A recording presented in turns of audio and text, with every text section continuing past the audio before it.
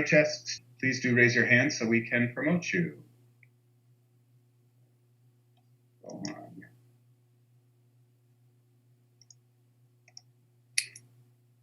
Might just be Rohan tonight. It looks like it might be. Awesome. Hi, Rohan. Welcome. Hey, happy Lunar New Year to everyone. And I think it's just me for today, so I'll jump right into it. So I wanted to take today to talk about the Wi-Fi issues our school has been having for the past few months. I'm happy to say that since Thanksgiving, when some of the school's hardware was replaced, there have been virtually no issues with AB Secure, which for those who don't know is the password-protected network that student Chromebooks and teacher computers run on. However, AB Guest, our public Wi-Fi network, has been down since the fall. So AB Guest was the network that all of our personal devices, such as our phones, iPads, and personal computers were once connected to. We embraced the technology at our fingertips to essentially create and explore our world. Create and explore our world. So with these iPads, students were able to draw and take better notes and interact with the material in a completely different way. And with computers, we're capable of coding and saving files and video editing and producing music and so on and so forth. These are all things that Chromebooks can kind of do, but they're really bad at, or things that Chromebooks can't do at all. But the loss of this network in October-ish was a damaging blow because it's forced students to rely on cell service providers and weird hotspot setups in order to try and get a connection going. And even then, if they want to use their devices, certain providers don't even have service in our school at all. I know Verizon's been like very iffy, and there are even dead spots where no cell service provider works. Not to mention that most students don't have enough data or hotspot capabilities to like connect their iPad to their phone for 6 or 7 hours a day. Now, students learn in different ways using various resources. This is equity. This is what we believe in. But without public Wi-Fi in our district, certain students' needs are not being met, creating an equity issue in our community. Therefore, it is in our best interest as a district to replace our AB Guest infrastructure and reopen AB Guest as soon as possible. Thank you so much. That's all I have for you guys.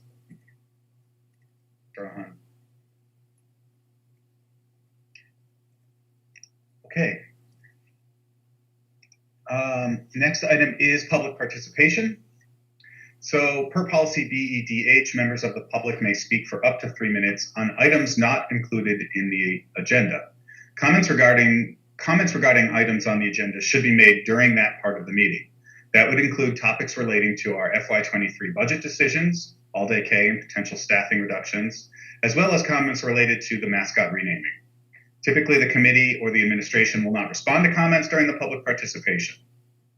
Please do use the hand raise feature if you do wish to speak on items that are not part of our agenda.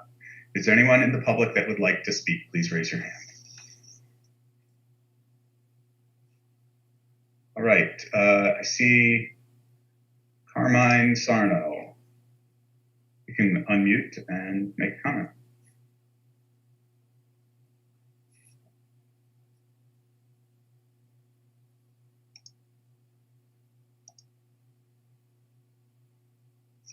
Carmine, you need to unmute before we can hear you.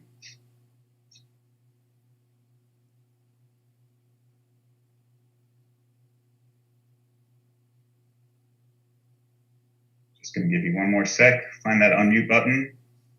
Otherwise, anybody else from the public wish to make a public comment?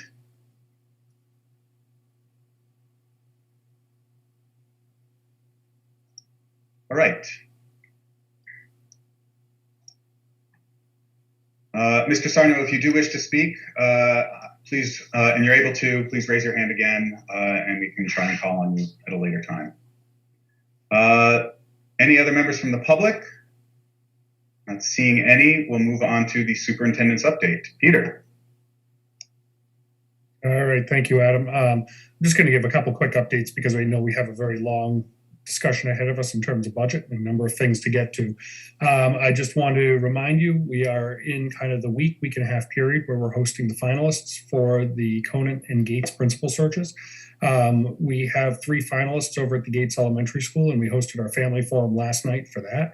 And then we have our Conant finalists, where we have 4 finalists for that position, and we are hosting our family forum on Monday. We are soliciting feedback from all of the stakeholders, including our staff, our families, different administrators in the district, and I know our candidates have also an opportunity to tour the school, interact with kids as they're there.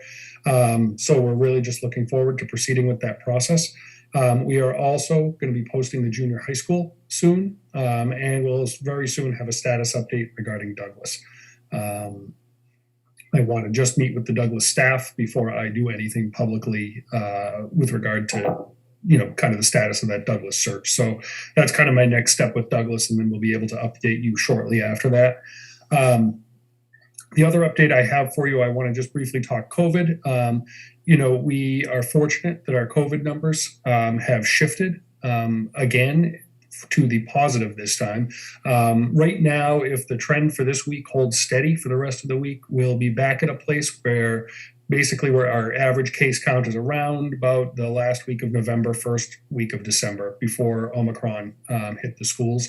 So, to put that in perspective for you, we were up in the 60s for case counts just at the high school alone for a period of time. 61 week, we had, I think it was 86 cases at the high school. Another week, right now at the high school, we have 3 cases this week. So that is certainly positive news on the COVID front. And we're seeing the same pattern in the rest of the district. So with that, we knew that in the last week or so, we had a number of teams for athletics who were having kind of their senior nights coming up, where grandparents wanted to attend, and we wanted to be able to get kids back in to see games. So we have opened up fans at our games again, moving in that direction. And we're going to be talking with our medical advisory team on Monday about bringing our restrictions back to pre-Omicron levels. So that we're kind of back where we had started the school year with regard to restrictions. We'll continue to watch that. At some point this spring, I'm hoping to see case numbers continue to decline. The good news is our positivity rate, our vaccination rate at this point, we have achieved over an 80% vaccination rate in every one of our schools. So that's really good news. And I do think at some point this spring, we're going to want to be talking about what are we doing with masks and other protocols. And we are going to be looking at a mask optional process. So that's just on the horizon. I want to make sure that you're updated with thinking around that, and happy to answer any questions. Thanks, Peter. Anyone have questions?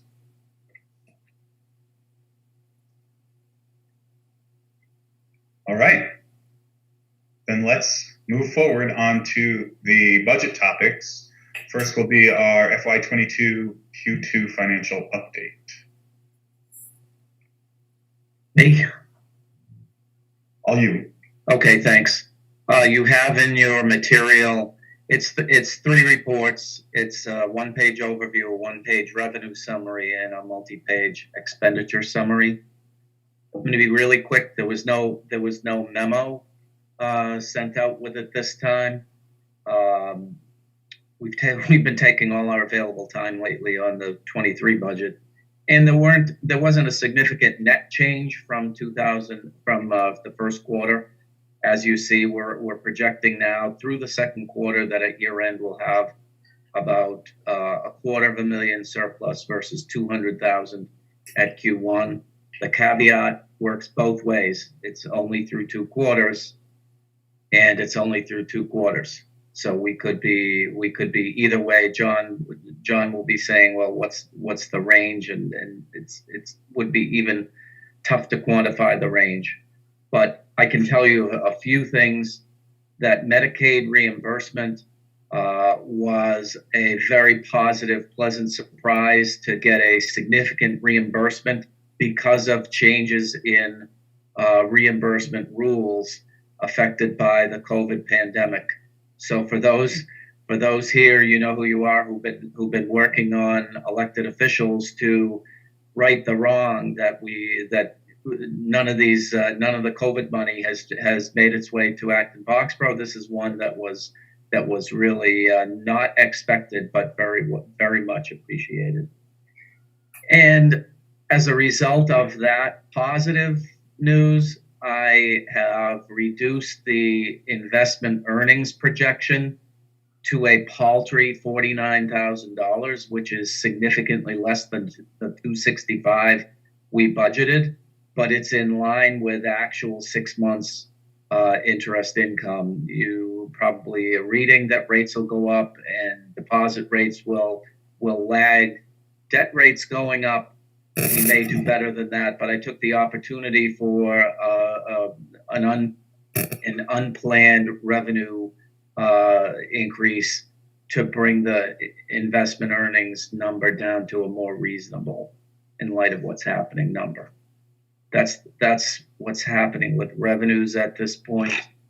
Expenditures, you see I've summarized projected balances for the major categories. That's in the material that you have, and we're looking right now at about a break-even expenditure, year-end expenditure summary. Again, it cuts both ways, but I think I would lean toward we're being more conservative than more aggressive by saying we're breaking even. Personnel has come out good so far. Ed Tech, we may have an alternative to dealing with their deficit, and but for purposes of a second quarter report, we're about $225,000 to the good. Thanks, Dave. And I see John has a question. Go ahead, John. Can't hear you. The future is always challenging to talk about, but the past is a little bit easier. So looking, up above at the projected E&D certification, I see that, we're projected to have a net use of reserves last year of $184,000. And is it true that that was that last year's Q2 report sounded sort of like the one you just gave? If it did, John, it would be a mathematical coincidence. The parameters that we're dealing with this year are different from last year, which were different from the year before, which were different from the year before. I mean, 19 was the last normal year. We had so much good fortune, pun intended, that year that we were able to put $1 million into the Capital Stabilization Fund. FY20, COVID hits in March. FY21, COVID's with us all year and wreaks havoc, and we run effectively through the school system. 22, we're kind of back to normal, but the superintendent's report still has a COVID update in it as a regular feature. So I would say the short answer to your question is no. There's not a correlation between the two, and it's just that each of the cost categories is analyzed independently, not looking at historical trends, but looking at the run rate, the known encumbrances, etc. The revenues are more easy to predict until we get things come in, like we get a whopping check from Medicare reimbursement that we hadn't planned on.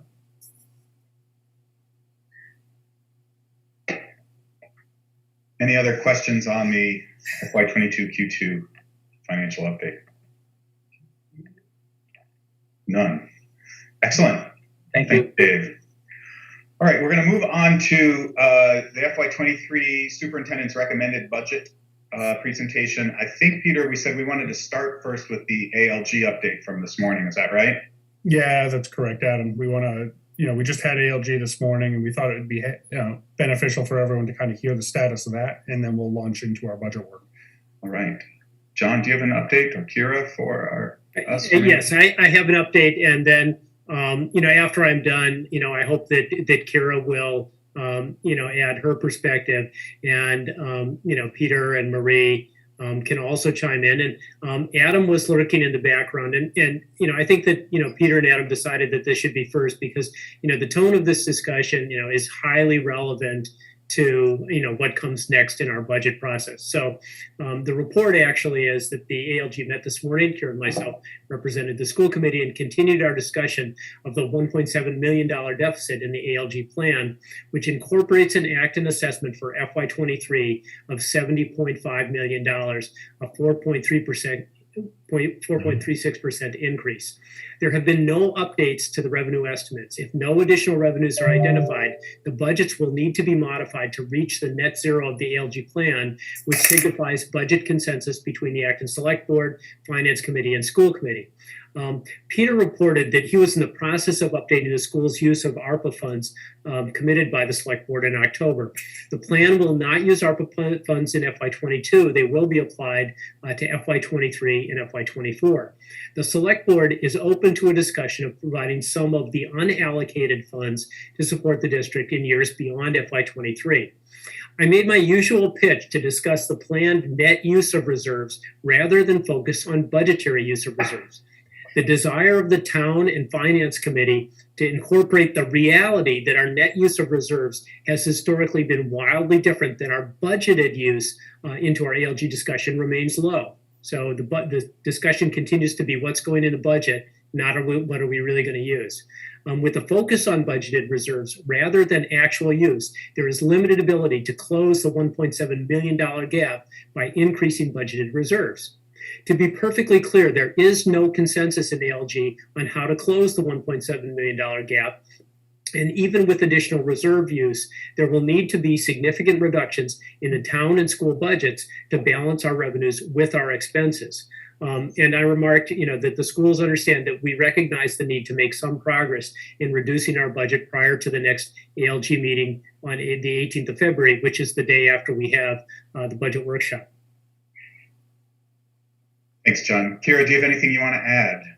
I don't want to add anything to that. I just want to say thank you to John for John and I were the cut up crew this morning at ALG, and I just want to say thank you so much for being my partner in advocacy and crime this morning.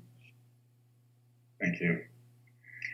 All right, so I'll just reread one part here of John's update, which is that there's no consensus with ALG on how to close the $1.7 million gap. And even with additional reserve use, there will need to be significant reductions to both town and school budgets to be able to balance our revenues with our expenses. So I think that for me is really the challenge. Is we don't really have great guidance about how we're going to get there, but it seems like we need to make some significant cuts.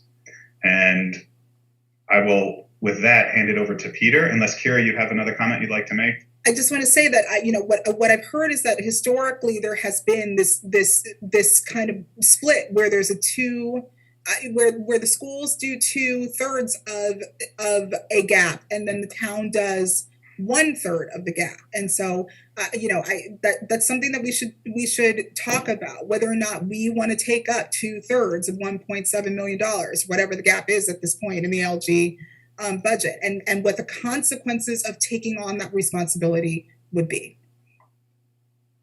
Thanks. Peter. Oh. All right, thanks, Adam. So we are going to continue to call this the preliminary budget because we don't have enough information yet that we can make a recommendation to you. So this is now version 3 of the preliminary budget. And, I want to talk a little bit, and my screen for some reason is not moving. There we go. Now it will. Just a reminder of the deadlines coming up. And I think the most critical deadline for you to keep in mind is that we're going to be we have our kind of budget workshop 2 weeks from tonight. And that's an extended budget workshop. We'll go into detail on some different aspects of the budget, but you'll take a preliminary vote on the budget at that point. And then the critical vote is really going to end up being March 17th because we absolutely must vote the budget on that date.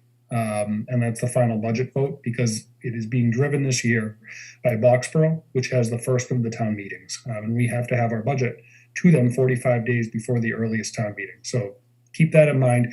We are starting to run out of time with respect to the budget, so we're kind of at that point where we have to make some decisions and be prepared to move forward. Agenda for tonight, we wanted to start with the ALG report and talk a little bit about budget and a tiny bit about ARPA.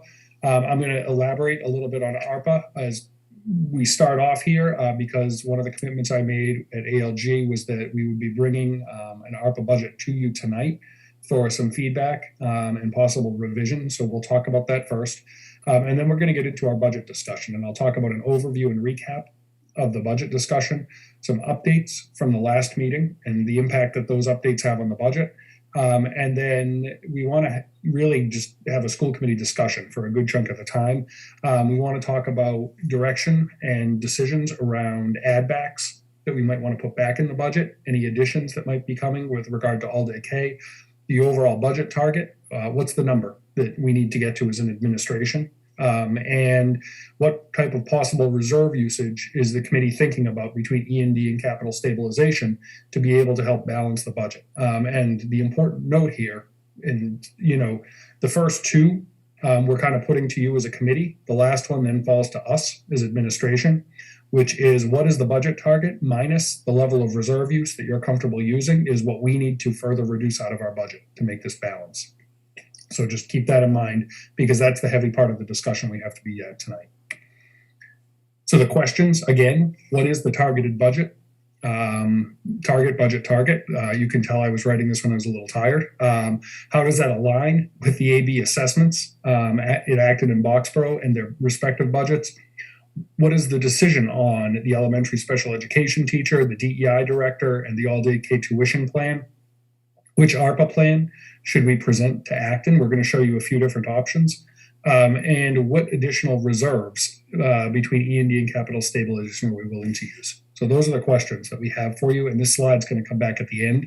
But I thought it might be helpful to preview the questions that we have so that when you're listening to the presentation, we kind of keep that in mind. All right, so we have three versions of the ARPA budget. And what we did is, because we had three versions of the all-day K tuition plan out there, it necessitated us having three versions of an ARPA budget because we really couldn't settle on an ARPA budget until after tonight when we know what we're doing with all-day K tuition. So these two go hand in hand. So I'm just going to walk you through these. Before I do, I just want to note these are guided by feedback that we received from the town of Acton and the select board. One is that important note, we have $1.5 million available to us. And that can be allocated over FY22 or 23. They're very open to how we use that flexibly over the next 2 years. Or next 2 years being the current year and next year. And there is some potential for reconsideration for additional funds beyond 1.5 million. But there's a strong desire to want to understand and examine how we choose to allocate the funds through this first pass. And there was very strong interest in not using funds for recurring or operating expenses. So just keep that in mind as we're thinking about how we use the ARPA funds. I'm going to take you over to a spreadsheet now. And are you all looking at the spreadsheet? Yes. Great. Is that large enough to see? Yes. Okay. So just walk you through the overall line items. What you'll see is we have a number of line items, and then we've actually split this out again based on some feedback we received from the select board. How would we use this over time, and what would the out years potentially look like? So we've included those. You'll notice on this it goes out to FY25. I did talk to John Mangiaretti, and while the funds have to be allocated within the first couple of years of this, you can continue to expend them a little longer than that. So that's why we went to FY25. You can see there's a total amount requested based on the categories, and then we kept a running total, and then you're going to see the description of that kind of as the category. So we're requesting, and we intend to request, and I will share, I skipped an important note. This would be the budget request for ARPA if we went with the very, very original kindergarten plan. So in other words, the plan that got 180 in the budget every year and gradually reduced tuition by $750 a year. This would be what ARPA would look like. So we would request the strong majority of that be put into revenue replacement for community education. As we've discussed, several times over the last year or two, our community education and extended day revolving accounts lost approximately $2 million over the course of the pandemic. We believe that by replenishing those, it gives us additional budget flexibility. And as you recall, one of the major budget drivers in this budget was the need to stop paying for utilities or custodians from the ComEd budget. And because the revolving account was so low, by returning reserves to this, it gives us some flexibility over time. And it also, more importantly, gives the community education program a chance to recover and stay solvent, because that is a huge service that we provide to families in the way of extended day, and an equally huge service that we provide to students and families through our ComEd programs. The second line that we request is also overall as a revenue replacement category. We, even after Dave's positive news around FEMA money possibly becoming eligible, we still have about $150,000 in COVID-related expenses that are sitting in a holding account that if we don't resolve that during the current fiscal year, that will hit E&D next year. So we believe that that needs to be a priority. Number three, we, as a post-COVID mitigation strategy, we believe strongly in continuing a wraparound services program that would otherwise not be able to fit into the budget. This would provide wraparound service to our highest needs families and provide access to them in native languages to be able to connect with services in communities like healthcare, medical care, heat, rent assistance, in addition to also being advocates for families when they come into our schools. This is a program that we think could be very valuable. It is very closely tied to the ability of our students and families in schools to recover from COVID. The next line item also goes into generally the revenue replacement category, but it's to continue the tuition grants program that has been ongoing since the beginning of the pandemic through some of the town's funds. And because this scenario assumes, that all-day K option one, we've chosen to continue a fairly high level of the grant program over the first few years, because if we do not lower tuition for all of our families, we do believe that we need to make sure we reserve money at least for our families most in need. The next item is a capital expense. We looked hard at our capital program over the next few years, and one of the things that stood out for next year is we want to do a reassessment of the capital plan and an assessment of all of our facilities district-wide. And so we included that $100,000 to use through the ARPA funds. We believe that's a very good, appropriate use of that. The next line, you're going to start to see some things either grayed out or struck through, and eventually you'll see some red. These are things that can't happen because we run out of ARPA money, but we wanted to show you what had been budgeted and what we were thinking before that. So the revenue replacement tuition-free all-day K, you're going to see that come back in a subsequent version of this plan. So that's more of a hold, and that's why we also have it highlighted in yellow. Line 7 is social emotional screener and curricular materials. That would not also go through ARPA. That's something that we're going to have to evaluate. The line 11, we wanted to set aside money to support the professional learning and coaching, not only for our leadership team, but for leadership teams at each school around culturally responsive schools and becoming a more culturally responsive school district. We think that's incredibly important work for us, and actually probably our most important work that we could possibly do as a district. That we have still in here. The reason that it's coded red to show you on the budget, because this is an important note for all of them, Acton has allocated $1.5 million, but indicated that they would be open to an additional $500,000 over time. We're hoping that the $2 million at least comes to fruition. So we're counting on that $2 million right now. And then we also received $375,000 from Boxborough. So right now we're making an assumption of $2,375,000 being available in ARPA funds. What we did is we coded this so that if we go over that, you can see what turns red and we can no longer afford. So you can see we would certainly want to proceed with this, but it's beyond the scope of what's been allocated currently. Line 12, professional learning for social emotional learning. Both the junior high and high school are trying to work toward advisory programs for next year. Advisory is more than just putting kids in a classroom with teachers. There's actually training and work that needs to go with that on the professional side. In addition, our goal was to accelerate the responsive classroom training at all of our elementary schools.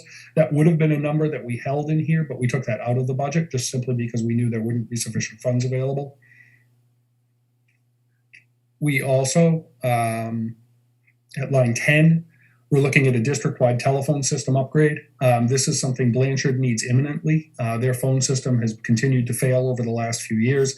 It's really not repairable for any duration of time, so we do have to proceed with that next year.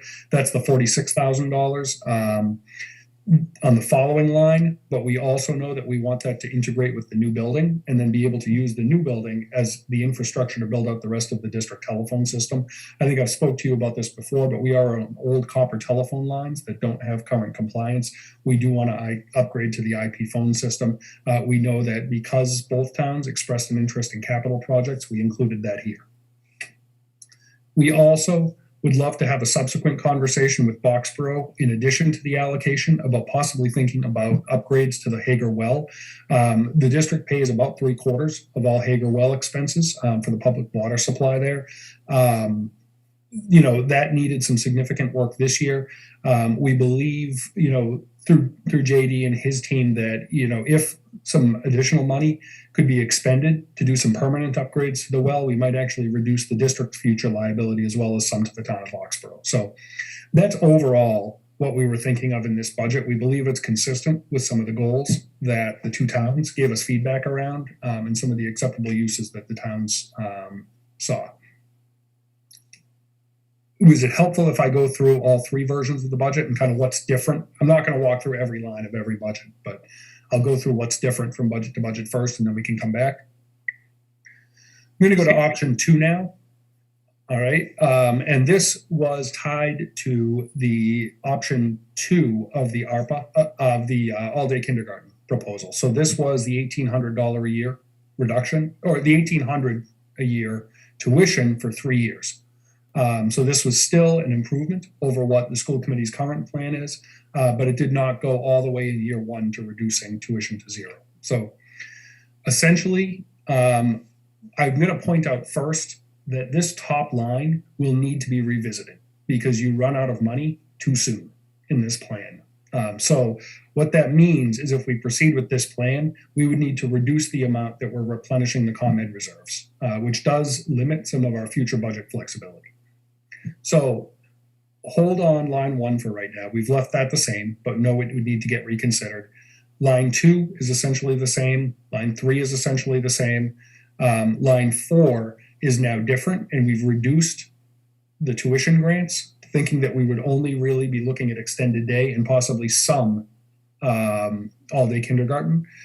And then the other major change on this spreadsheet is that the amount for FY23, 24, and 24, we now have $200,000 each year and $100,000 in FY25 that we'd like to use to apply for all students for tuition reduction. And that would get us 3 years of $1,800 a year tuition and then get to 0 after that. So hopefully you remember that from the last meeting. We'll go over that aspect of this later.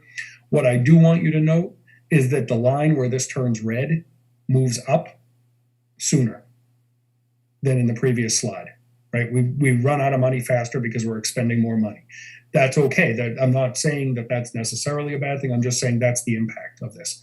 What that, in addition, the thing I'm cautious about, our number right now is, as I said before, the number we actually have allocated to us is, we're hoping for 2.38375, but based on Acton, we have to hear from them that additional 500,000 will be available to us. Otherwise, it's really 1875, 1875. And so just keep that in mind. And that would tell you that really the budget for this could run out as early as this, but with Acton's contribution of the extra 500, we likely could stretch probably to about FY24 or FY23 of the all-day plan. But again, we would make significant reductions to that line 1. In the final version of the all-day K plan, this allocates, again, you're going to see this would need to be adjusted up on line 1. But what this does is it keeps a lower level in grant programs and does allocate it $500,000 in FY23 to all-day K and $350,000 in 24 to all-day K. And that would clear all-day K tuition off the books. You can see there's a procedural problem with money, which is why we would have to adjust line 1 to get the rest of this to balance. All right, so everyone understands that we know this is out of balance right now, but based on the direction we go, as administration, we would simply adjust line 1 down to get the rest of it to balance. So those are our 3 proposed ARP budgets. I'm happy to answer questions about these now. We do not need a decision now because the decision is tied to what you want to do with all-day kindergarten later. I'll stop sharing for a minute, Adam, and I don't know. All right, so I see that Yevon has a question. So let's try and keep the questions just to the ARP budget stuff right now because there's obviously more that's going to come following. Go ahead, Yevon. Thank you, Adam. I just had a quick question. So in the last spreadsheet, you just showed, given we already pay, say, all-day kindergarten fee, then why do we still keep the $50K for the grant or something? We also run an extended day program, and we're currently providing tuition assistance to some families who participate in extended day who might otherwise not be able to afford it. So even if we're providing tuition-free all-day K, we do want to continue some grant program for families because there still will be kids in grades 1, K through 6 who need extended coverage too.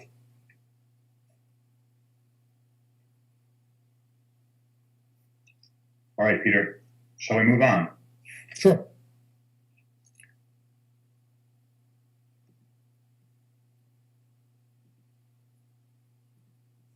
All right. So now, so we've covered kind of the ARP budget proposal.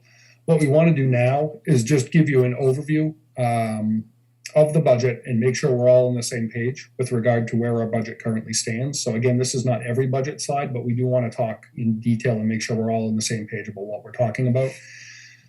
Our preliminary net position, after we looked at all of our revenues and expenses, was just shy of $1.8 million to the bad or to the negative. So we have a budget gap to close just on the school side to get to an assumed assessment of about 1.8. In order to do that, we did a number of different things. We were able to find a duplicate that took off about $100,000. But then we looked at funding our Assabet Valley wraparound contract that we want to do instead of through our operating budget, have that be through ARP. And then, we believe because it's tied to the pandemic and post-pandemic recovery, we can evaluate at the end of that if it's something we want to continue or not. Operations. Sorry. Do you mind presenting in full screen so we can? Oh, yeah, thank you. Thank you. Great comment. And then we looked at a series of reductions that were each about $500,000 grouped. So I just need to move my pictures of you. Not that I don't want to look at you, but I want to be able to see what I'm presenting. Just to recap what we've reduced so far as a district. The first decision that we proposed was to maintain a level use of E&D instead of reducing it. I know the school committee had a goal this year in the budget season to reduce our reliance on E&D. However, looking at the big picture, our first item that we wanted to propose was just maintaining a level use of it in the current budget. We also reduced 3 FTE for bus drivers. Currently, the positions are unfilled, so it doesn't mean new layoffs, but we would not be looking to fill those 3 positions moving into the future, and they'd be reduced out of the budget. That was a savings of almost $150,000. We also proposed reducing one of the superintendent of schools positions. They happen to be in the DEI role now. That would necessitate a reorganization of central office. On all 3 of these slides, if this is an item that we had discussed with the committee, and committee gave us feedback around a possible add back to the budget. I've denoted that with the blue triangle, just so we can hold.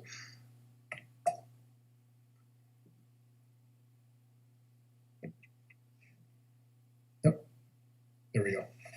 Our second level of reductions, we were eliminating a security personnel for the district. We also reduced half of the position of our capital projects manager.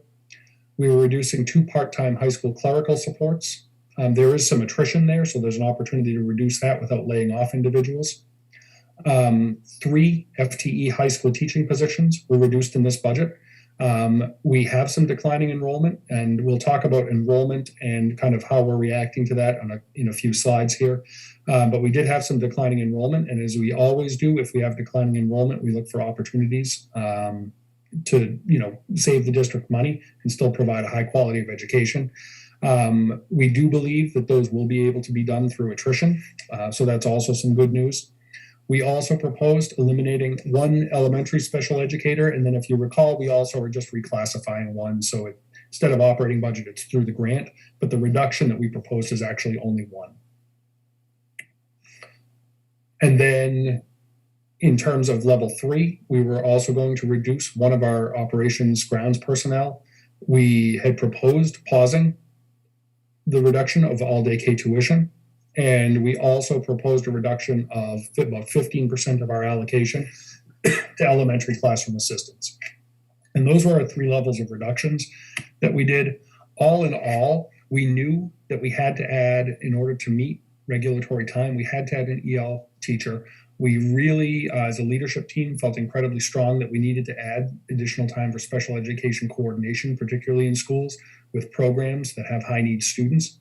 And then we also needed to add a literacy coach to McCarthytown and Miriam elementary schools. So there was a +3 FTE addition to the budget, but we balanced that by reducing about 11.5 positions through most of our levels 1 through 3 reductions. And then the change in elementary classroom assistants was another 6 positions in terms of total FTE. So our preliminary reduction on this budget, we reduced 14.5 positions. So of those 14.5 positions, and based on community feedback and in discussions with you, what we're considering is the add back of 2 FTE and looking at the $180,000 out of all-day tuition at this stage. So again, reducing 14.5, considering the possibility of adding back 2, and then talking about all-day K is what we need to do. Class sizes, there's been a little bit of a narrative in the community right now that possibly the schools have a structural problem with regard to class size, which means, I think there's maybe a feeling that the staffing at the schools, we're overstaffed or have become bloated in the time of declining enrollment.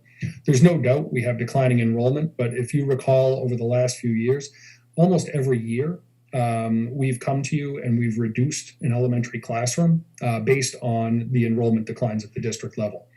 Looking at this slide, what we want to talk about is we have a policy for the school district that's been in place for a good number of years now that stipulates what we want class sizes to fall. As you can see from the chart, we're largely within the ranges of those class sizes. So you can see what the lower end of the class size spectrum is right now, what the upper end of the class size is, what our policy is, and then how many sections we're running within that range. We also wanted to take a look at some additional ones. This was in 2015. All right, now Marie, I don't know if you want to jump in here. Sure thing, Peter. I thought it would be good to compare sort of FY15 to now. There's been quite a bit of conversation about sort of our FTE change and our budget change. In FY15, you can see that we had class sizes of 25 at many of our grades, K to 6, almost all of them. And our average class size was 22.5. Our student-teacher ratio was in the top 20% of the whole state. If you compare that to now, we are exactly at state average, we're not in the top, among the top school districts, but we are equal to state average now.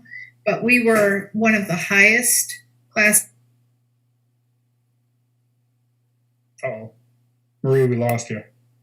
So I think keep going, Marie. Sorry. No, I just think if you compare FY15 to now, you can see the number of classes at 25, the number of classes over class size guidelines.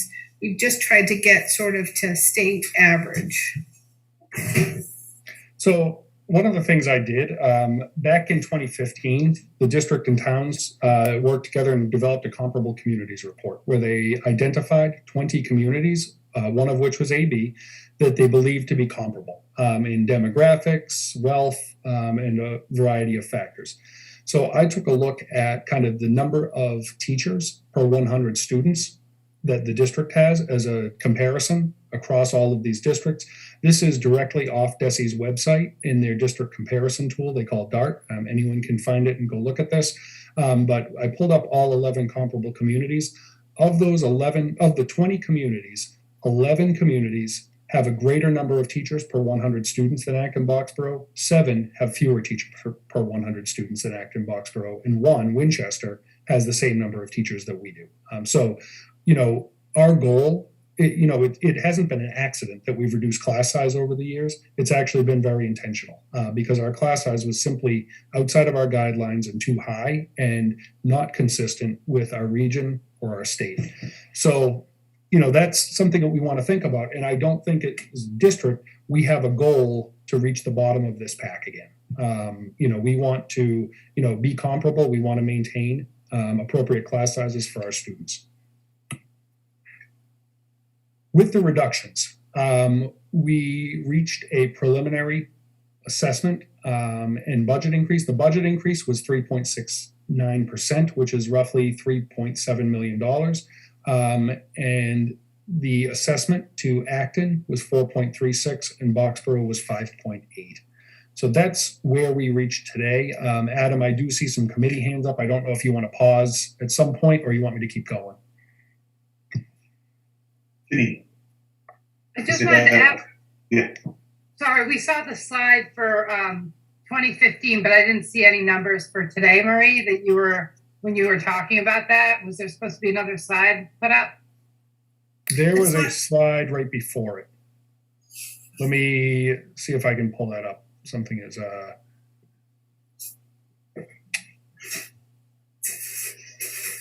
just need to, of all the choices I have to share, it's not letting me share that one screen. You can come back to it. I don't want to hold it up. Sure. I got it now.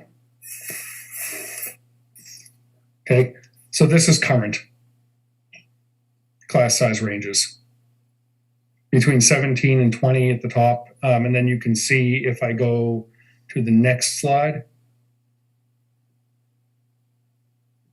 we go back to FY15 and you can see that middle column increase. Is that clear? It looks like where the average class size has declined by 1 kid from over here. Maybe I'm just not understanding it.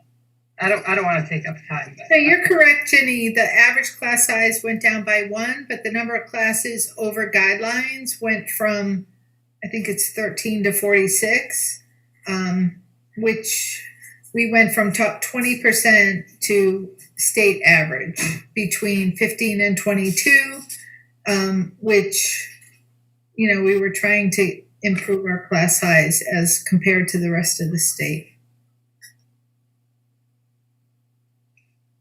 So if I can get my screen to change.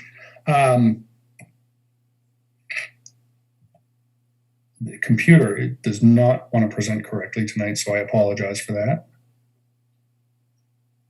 Try again. So what I want to talk about now, I want to just talk about what we've talked about for adding back, and I also want to talk about all-day kindergarten. So from our previous meeting, the big topics, or if you remember, were the DEI directorship and the possibility of bringing back a directorship instead of an assistant superintendent. Special education, proposed staffing and bringing back the 1 FTE that we had previously proposed reducing. And then all-day kindergarten, and thinking of what plan we want for that. So funding changes, just to be clear, the $180,000 that we had previously proposed removing for all-day K is now back in the budget. All right, so that's sitting in the budget. We already made that change. And what we discussed were 4 possible options for consideration for all-day kindergarten tuition for next year and beyond. The 4 scenarios summarized were: 1, reduce the tuition to $3,000 for FY23 and then continue with the current plan of reducing an additional $750 per year. Option 2 would reduce tuition immediately for next year to $1,800. It would remain there for 3 years and then go to 0. Option 3, which we didn't recommend, would be to just go to tuition-free kindergarten next year because this didn't involve any additional revenue streams.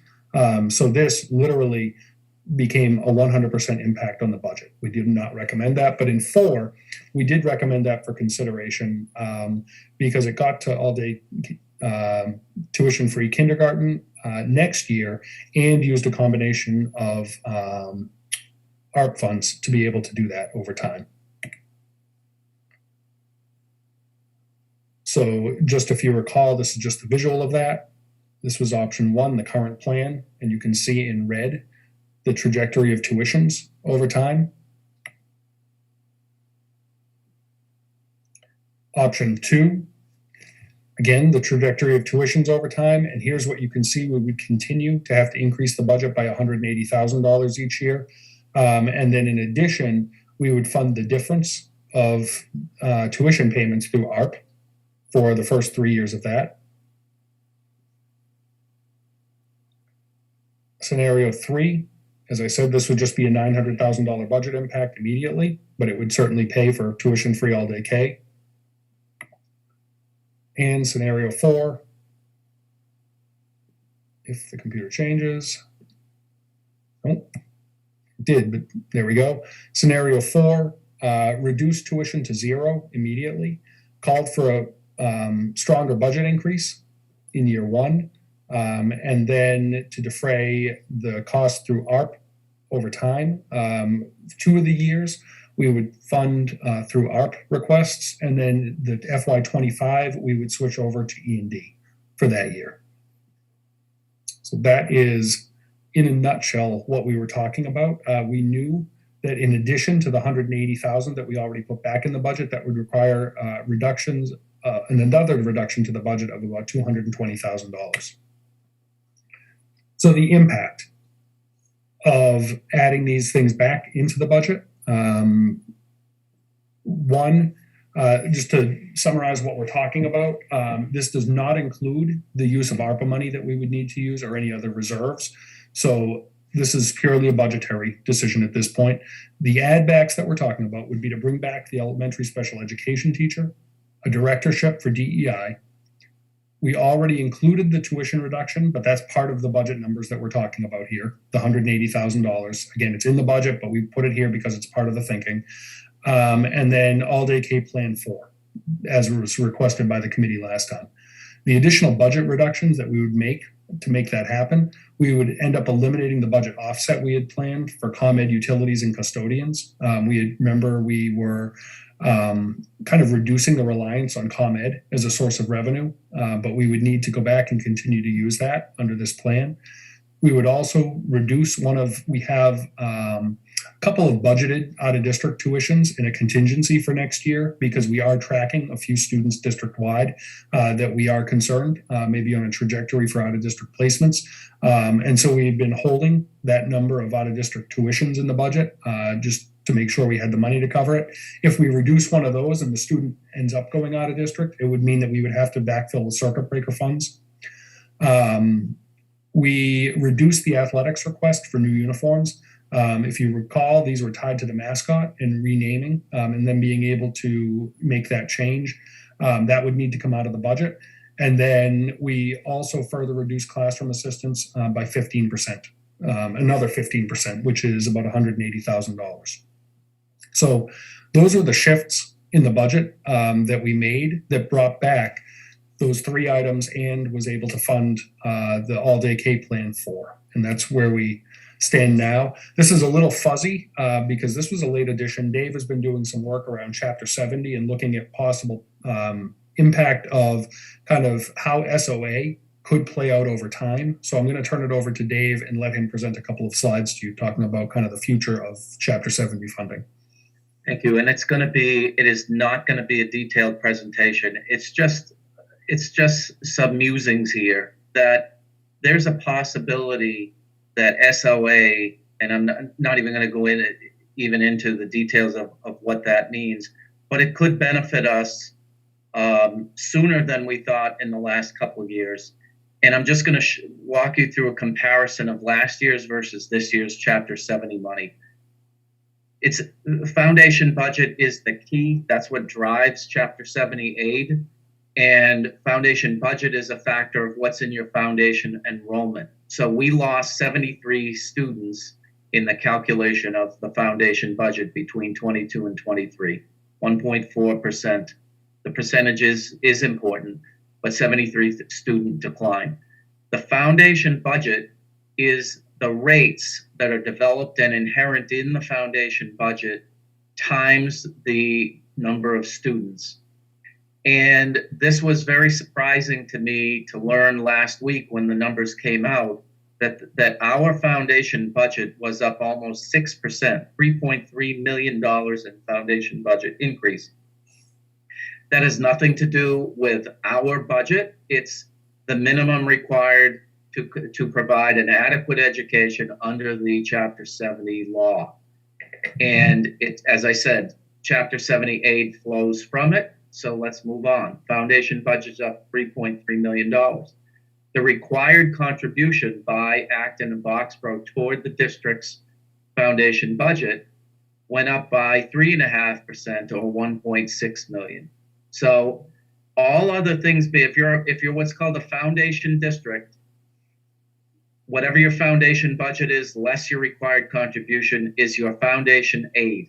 And so our foundation aid, just simple math, A minus B on the spreadsheet that you see, is up almost $1.7 million or 15%. We didn't get a 15% increase in Chapter 70 aid though, and that's because of the concept of hold harmless, which means that over time, the state will not allow a district to get less Chapter 70 than it did the year before. And in recent years and codified in the SOA, there's a $30 per pupil minimum aid. If you're receiving minimum aid, it drives you further away from being a foundation district receiving big increases in foundation aid and increases your hold harmless aid. A couple of years ago, some of you may remember that when SOA first came out, I predicted rather happily that we might be receiving additional Chapter 70 aid as early as year 3 to 5 of the 7-year implementation period of the SOA. Hold harmless aid went up in FY20, it went up in 21, it went up in FY22 to 4.2 million of hold harmless aid. That number has come down to 2.7 million because of how much additional foundation aid the district was entitled to. We'd have gotten an increase of $1.7 million of state money had we had no hold harmless aid. I'll just walk through the theory in the next slide. What do we get for actual Chapter 78? It's $150,000. It's $30 a student. Chapter 78 foundation budget, as I said, drives Chapter 70 aid, but it's a direct correlation only when you have no hold harmless aid. Only when you get your Chapter 70 aid is what the formula requires, and there's no carryover from prior years when you got more than the formula said and only qualified for minimum aid. This year, 36% of our hold harmless aid was eliminated, despite, first thing I said was enrollment, despite a modest decrease in enrollment. Enrollment drives the foundation budget. foundation budget drives foundation aid. Our enrollment went down, but our foundation budget went up significantly. A couple of reasons for that. Point 3, the general inflation rate built into the foundation budget rates was the highest allowed by law. The real rate was 6%, above 6%. The statutory cap is 4.5%. So there's a 4.5% inflation factor built into the rates, plus the inflation factors built into year 2 of the SOA. Both of those increases affected the foundation budget far greater than the increase to the local contribution. As a result, our foundation aid went up significantly and ate into hold harmless aid. What needs to happen for us to get significant increases of Chapter 78? Hold harmless aid needs to be eliminated. And further reduction of hold harmless aid could happen. This information is only a week old, and I've not done a complete analysis to my liking to project it. But here's what could happen. If foundation budget inflation remains greater than the local contribution increase, that's going to increase foundation aid. And until hold harmless is eliminated, it's going to reduce hold harmless. The Student Opportunity Act phase-in will continue. The slide says 5 years. That's wrong. It's 4 years remaining. This is year 2 of 6 now, not 2 of 5. They skipped a year because of COVID. I forgot about that. So there are 4 years still remaining for the Student Opportunity Act rate increases that are very significant. Additionally, and I'll get to the last one, enrollment needs to stabilize, and by stabilize, I mean either level off completely or have small declines. This year was instructive to me that even with an enrollment decrease of almost 1.5%, that's not small when you do this calculation.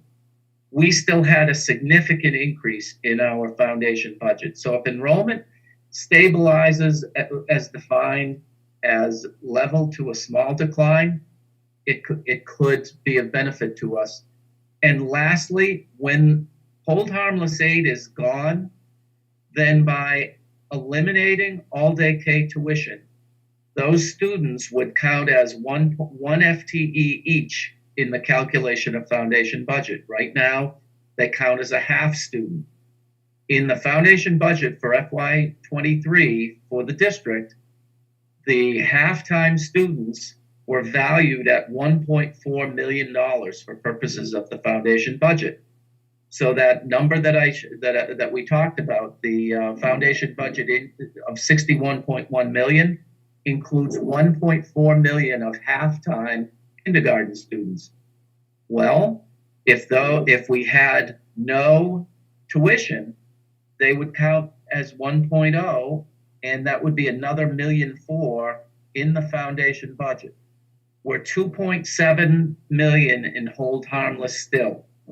That 1.4 would have got us to only $1.3 million of hold harmless. Would have been a lot closer. It would not have gotten us any more money yet. But these are the things now. I will be honest, for the last couple of years, because hold harmless was just escalating precipitously, I've not seen fit to update my long-term projection about when SOA could benefit the district. But I think it's time, based on the numbers from last week and how much 36% of that hold harmless number has gone, it's time to start looking at when elimination of all-day K tuition would drop all of those costs into the foundation budget, and all other things being equal, i.e. the local contribution being the same, that would drop into foundation aid and potentially pay for itself and perhaps then some for the district. This is complicated. It's not rocket science. It's very hard to do, especially in 2 slides, but I'm happy to answer questions. You may tell I really like talking about this. And I think finally there's some potentially good news for the district to benefit from the SOA, which is something that's very near and dear to my heart. All right, thank you, Dave. So we want to just summarize before we turn this back to the committee for questions and discussion. So one, we have reduced 14.5 FTE so far. We are considering 2 FTE possible add backs and talking about all day K. We have reduced or adjusted a total of $1.8 million of the school budget to date. Acton still, despite that, has a $1.7 million budget deficit after all of our school reductions to date. That is still the deficit. Still TBD are any possible add backs and all day kindergarten. And that's where we want some direction tonight. So to summarize, things that we need, and so, just to put a little urgency to this, 2 weeks from tonight, we will host our longer budget workshop. We have to produce budget binders in advance of that. We typically have them out the Friday before that. So between tomorrow morning and 1 week, we have to produce the budget binders. So important to that will be knowing what is our budget target. So what is the percent increase that we're coming to with this budget? How does that align with the Acton and Boxborough assessments and their budgets? What is our decision around elementary special education teacher position, the DEI director, all-day K tuition plan, and then which ARPA plan do you think we should be presenting to Acton as a result of the all-day K tuition? And then what additional reserves is school committee willing to use? Additional E&D, additional capital stabilization, and then that will give us the work that we need to do as administration to get that to balance. Because what we need is the difference between the target and the use of reserves is the budget deficit that we will contend with. So I'm going to turn that back over to Adam, and we can go from there. Thanks, Peter. All right, we'll start going around the room.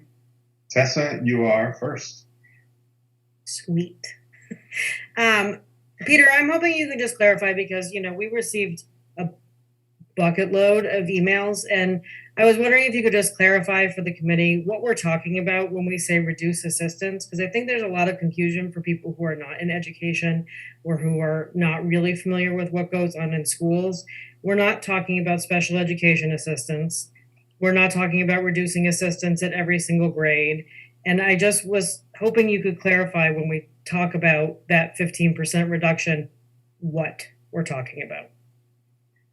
So when we talk about reducing 15% of assistance, what we're really talking is basically the equivalent of about 1 grade level of general education classroom assistance per building.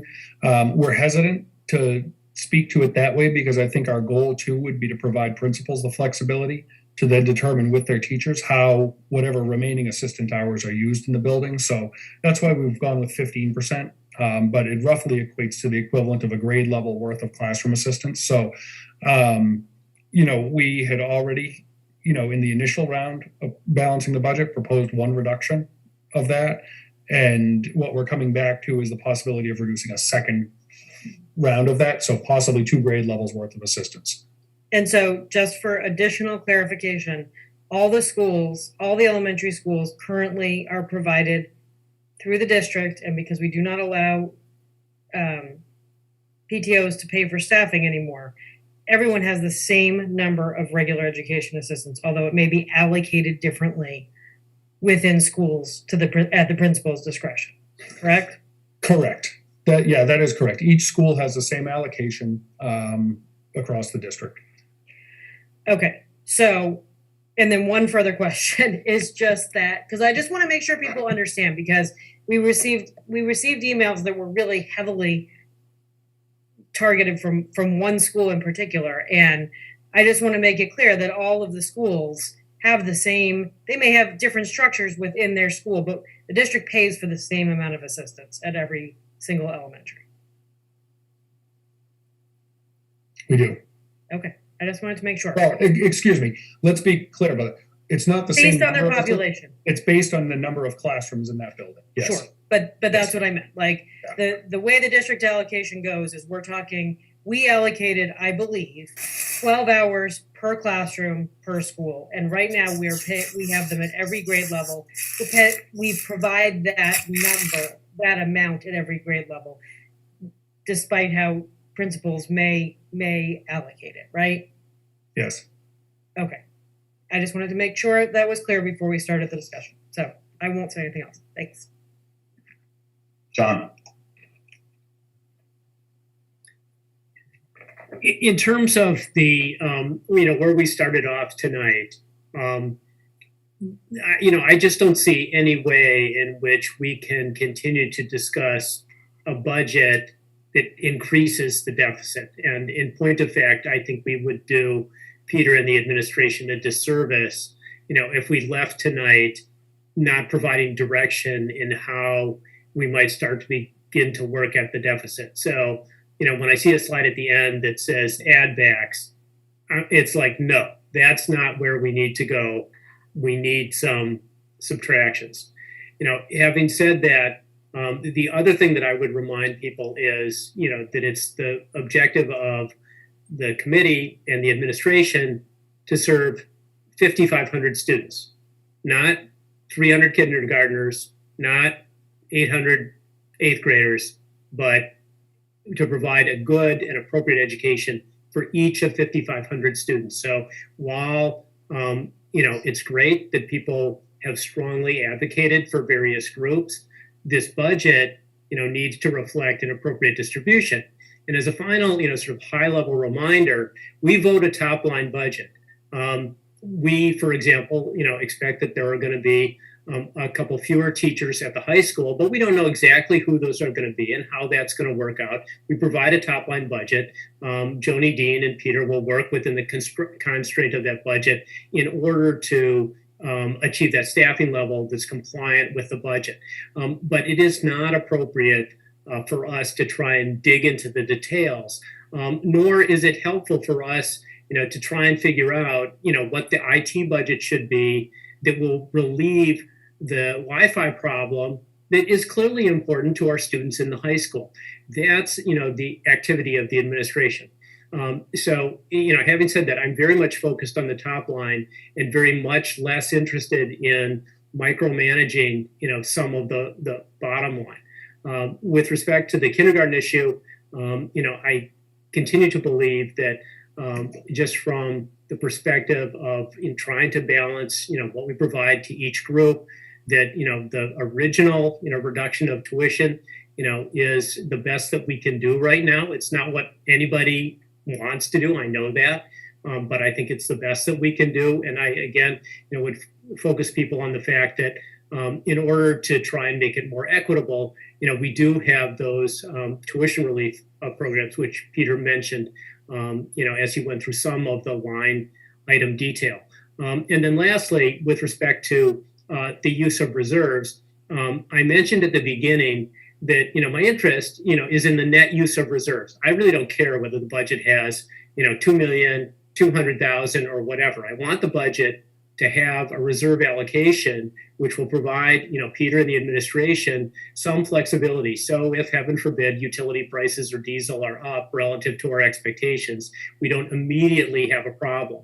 And likewise, to provide a budget, to Peter and the administration, which has zero discretionary flexibility, no money to take advantage of any particular opportunity that might come up during the year, also strikes me as frankly ridiculous. So to put a number out there as a starting point, I would be perfectly comfortable saying that, if we increased our use of E&D from the 1.25 or whatever the exact number is to 1.75, fully recognizing that although no matter how many times I ask him, Dave won't tell me exactly what he's going to give back.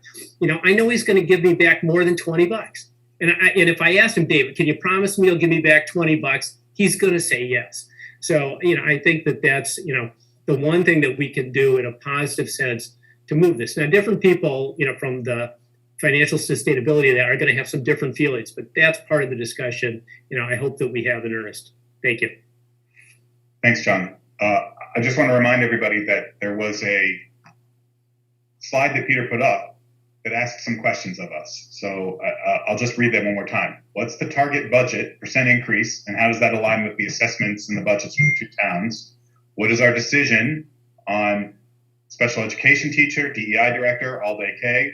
Which ARPA plan should we be presenting to Acton and what additional use of reserves is the committee willing to use? So the other thing I'll remind you all is that Peter just said they have a week to put together fairly complicated budget binders that typically take 3 to 4 weeks to put together. So we need to give the administration some direction tonight. Kira. Hi, Dave. Thank you, Adam. Hi, Dave. Dave, can you please reiterate what you were just talking about with all day K? I just want to make sure that I understand this correctly. If we had students currently who were in all day K, non-tuition, we would be getting a different amount of money for them. So I guess what I'm asking is, are we leaving money on the table every year regarding aid because we do not have all day K currently? Short answer, no. Someday you would be, but that day is not close yet. The amount of aid that the district gets in excess of what the simple formula, foundation budget minus required contribution equals foundation aid, we get over $4 million more than that. Until that goes away, until the foundation budget grows sufficiently over and above the district's required contribution, it's all formula driven. There's no money changing hands there. This doesn't have to do with our budget necessarily. Until that happens, we're just going to go along and get our $30 a student minimum aid. But the point of what I presented tonight was there might be some light on the horizon if the trend continues and we can continue to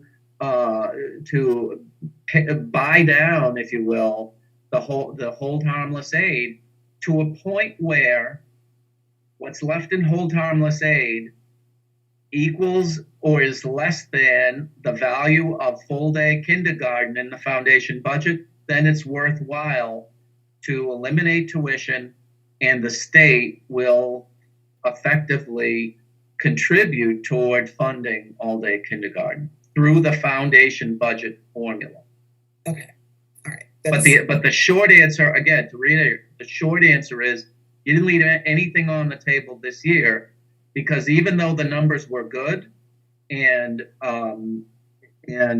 hold harmless aid was reduced by 1.7, it was 4.2 to begin with. So there's still a chunk of money to be soaked up, if you will, by the operation of the formula, by economics, by inflation, most especially by student enrollment, before we can be sure that will benefit us. Okay, thank you. I'm going to answer one of the questions, and I'm going to let the rest of this discussion go. Going to what John just said about we have to serve the entirety of the population. I want to put on the record that if anything can stay here, I really want to advocate for this DEI director, who I think will serve the entirety of our population. It's a service that we need. It's mission critical for all of the stuff that we've ever been talking about. It's a preventative measure. It is a measure for stopping some of the narratives that we've been seeing, some of the problems that we're always trying to solve in these weird put out fire kind of ways. We're going to have to be sacrificial, and that's very frustrating. And I don't want to sacrifice this. I don't want to sacrifice 80K either. I think that we're probably going to lose something here, even though I don't want to, and I'm really fighting against that. But if we have to lose something, let it not be this. I'm going to put that out there and say it really loud. And I'm going to claw for this one, because I think that this one will do us a huge amount of good. But all three of these things, the special education teacher or educator, the DEI director, and all day kindergarten will do us extraordinary good. Extraordinary good. They're essential, and they're things that we probably would have been able to pull off if not for COVID. if not for all the investments that we've been making to make school happen for these last 2 years. This is the reason why we've been asking for this $2.6 million in ARPA. We lost something. We invested to make school happen. We made school happen in this pandemic. We did it extraordinarily. And we came back and we asked this town in good faith to help us out in the mitigation of all of that investment that we made to make school happen. And now here we are tonight, looking at 3 really big things, really important things, 3 vulnerable communities in our district who need this work. And we're gonna lose something tonight, and it's extraordinary. So I'm mad because it's 9 o'clock and I've been up since 7:30 doing this work. I want the town folks to hear me on this. I want this committee to hear me on this. We're going to lose something. These 3 vulnerable communities are going to lose something, and it sucks. And it's not because of a structural problem. It's because of another kind of problem, and it's not okay. It really is not. And I don't want this DEI director to be the thing, because we need this. Thank you, Kira. Jenny.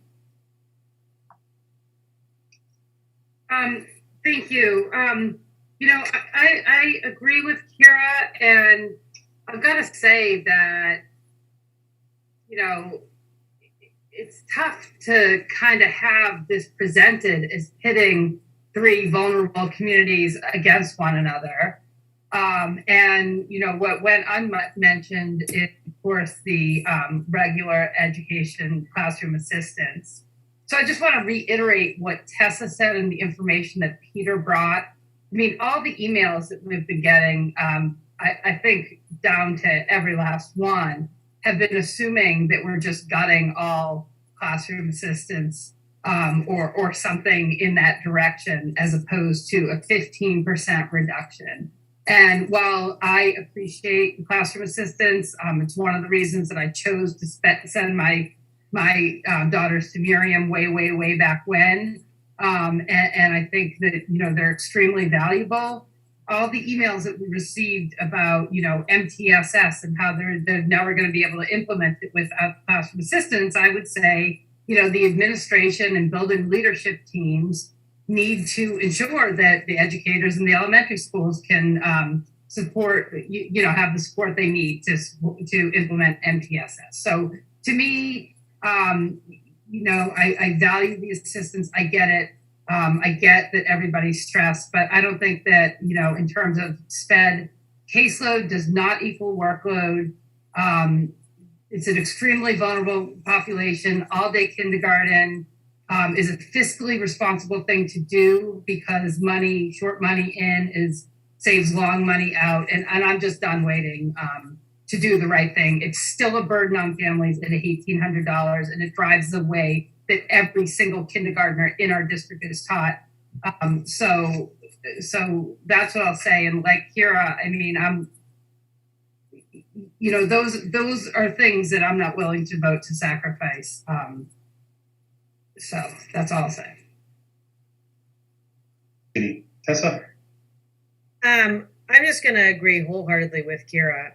I think that, as a school committee, we're tasked with 2 things. We're tasked with budget, and we're tasked with supporting all the students in our district. And the truth is, the kindergarten decision is more than just kindergartners, because what we have put forward as a district is our commitment to improving literacy and closing the gaps for all of our most vulnerable populations. And as long as we maintain a half-day kindergarten program and a tuition-based full-day kindergarten program, we cannot have a full-day kindergarten curriculum. We can't.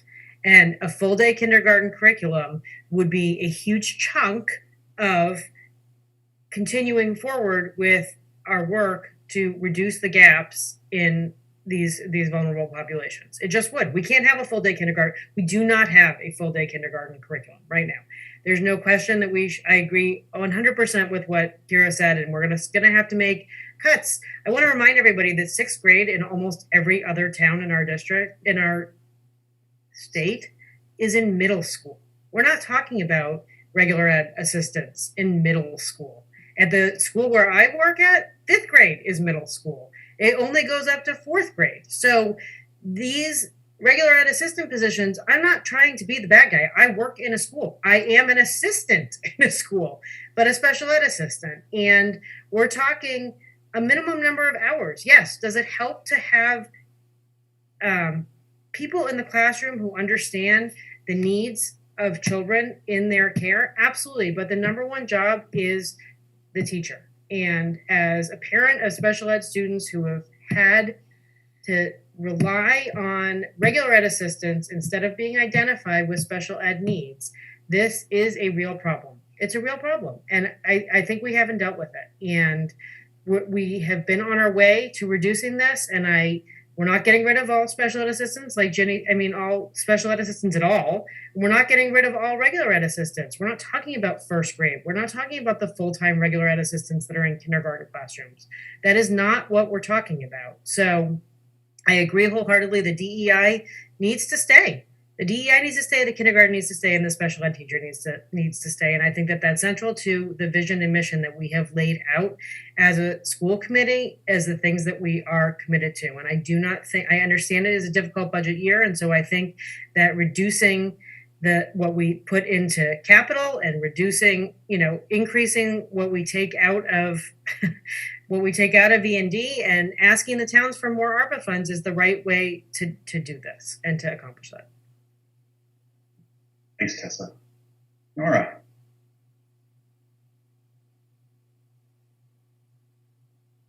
Thank you, Peter and Dave, for presenting so many different detailed options. And I have to admit, it's hard to kind of keep it all straight. So I can only imagine what it's like for you, kind of swimming in all of the different ways that you can put things together to try to make this work.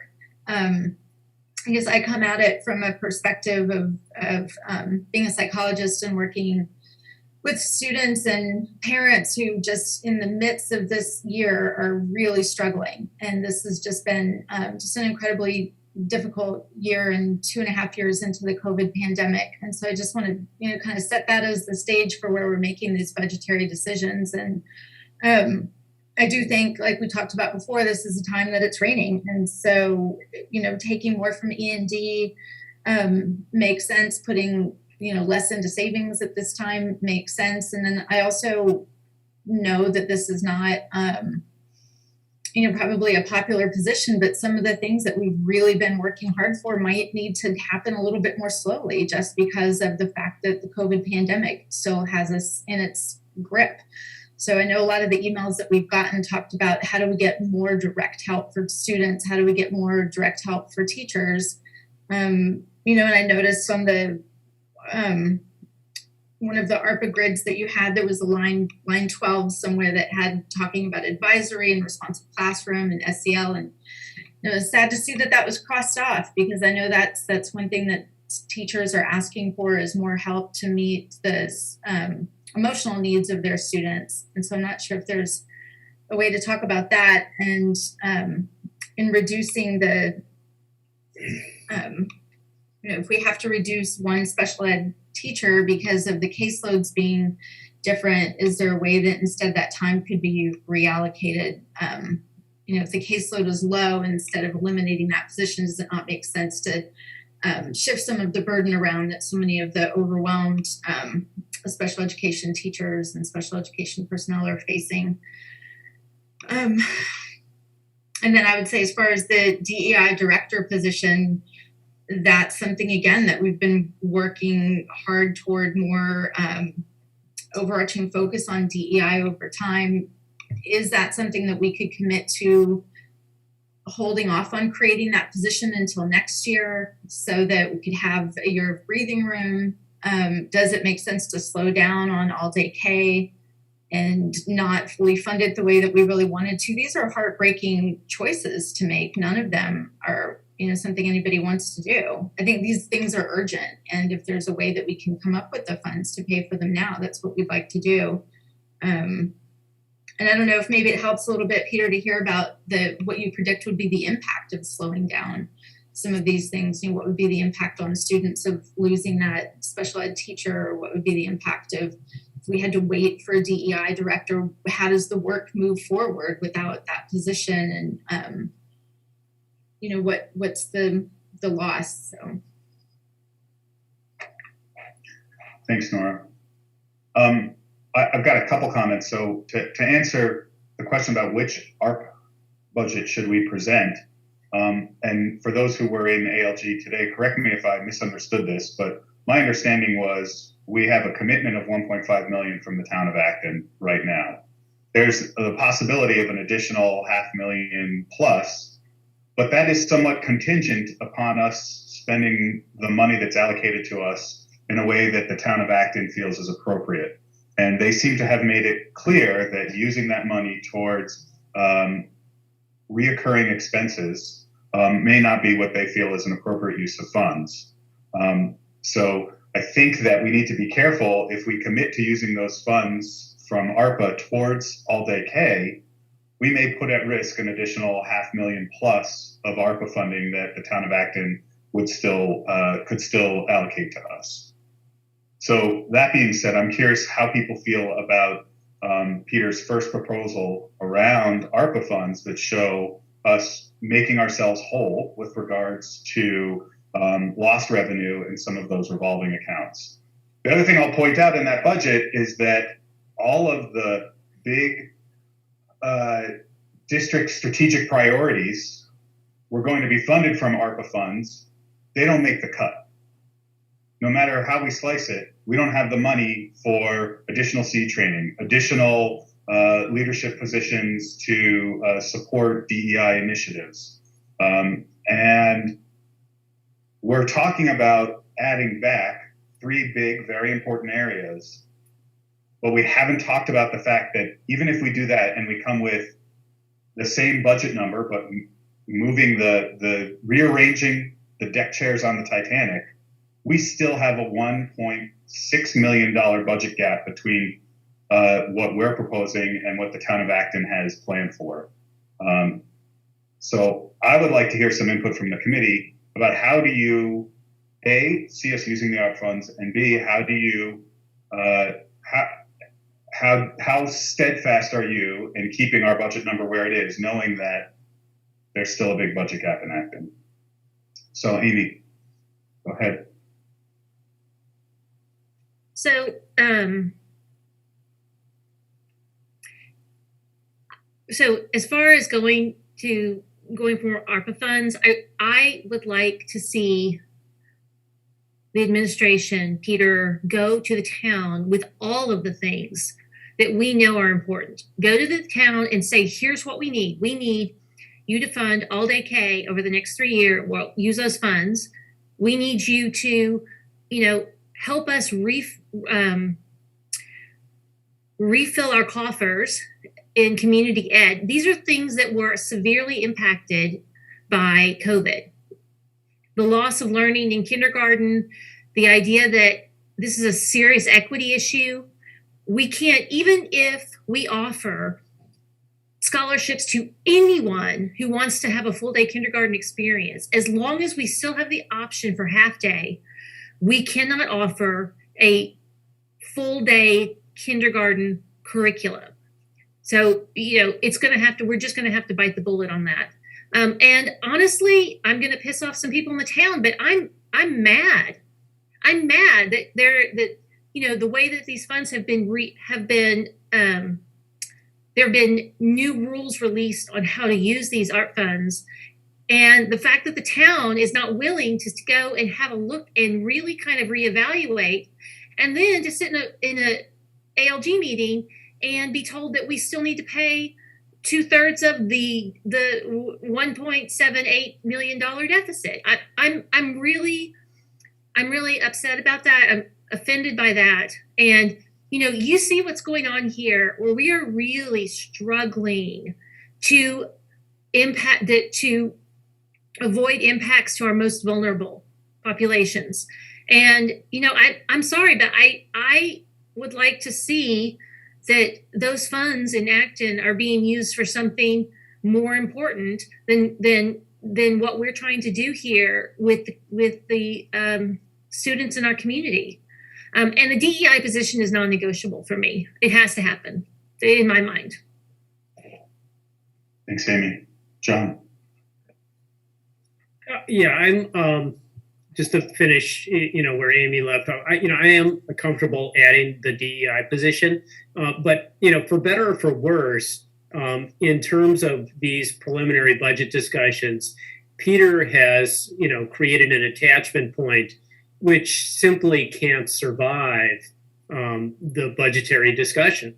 The number needs to come down. I think these ALG processes and the BLF processes, were created to recognize that obviously there are going to be some different ideas about, how to allocate, but in the end, there has to be some coming together to try and find a balance that people can live with. It's fun to fight. There's been lots of fighting going on. It's easy to sloganeer, but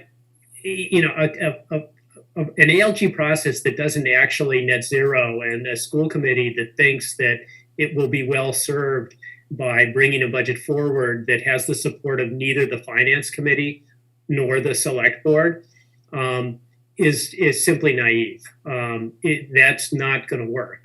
So add back what you want, do what you want, but at the same time, cut in equal amount to what you add, and then double down on the cut, because that's what it's going to take to start to move this, to something that will actually, resolve the issue that our expenses need to equal our revenues.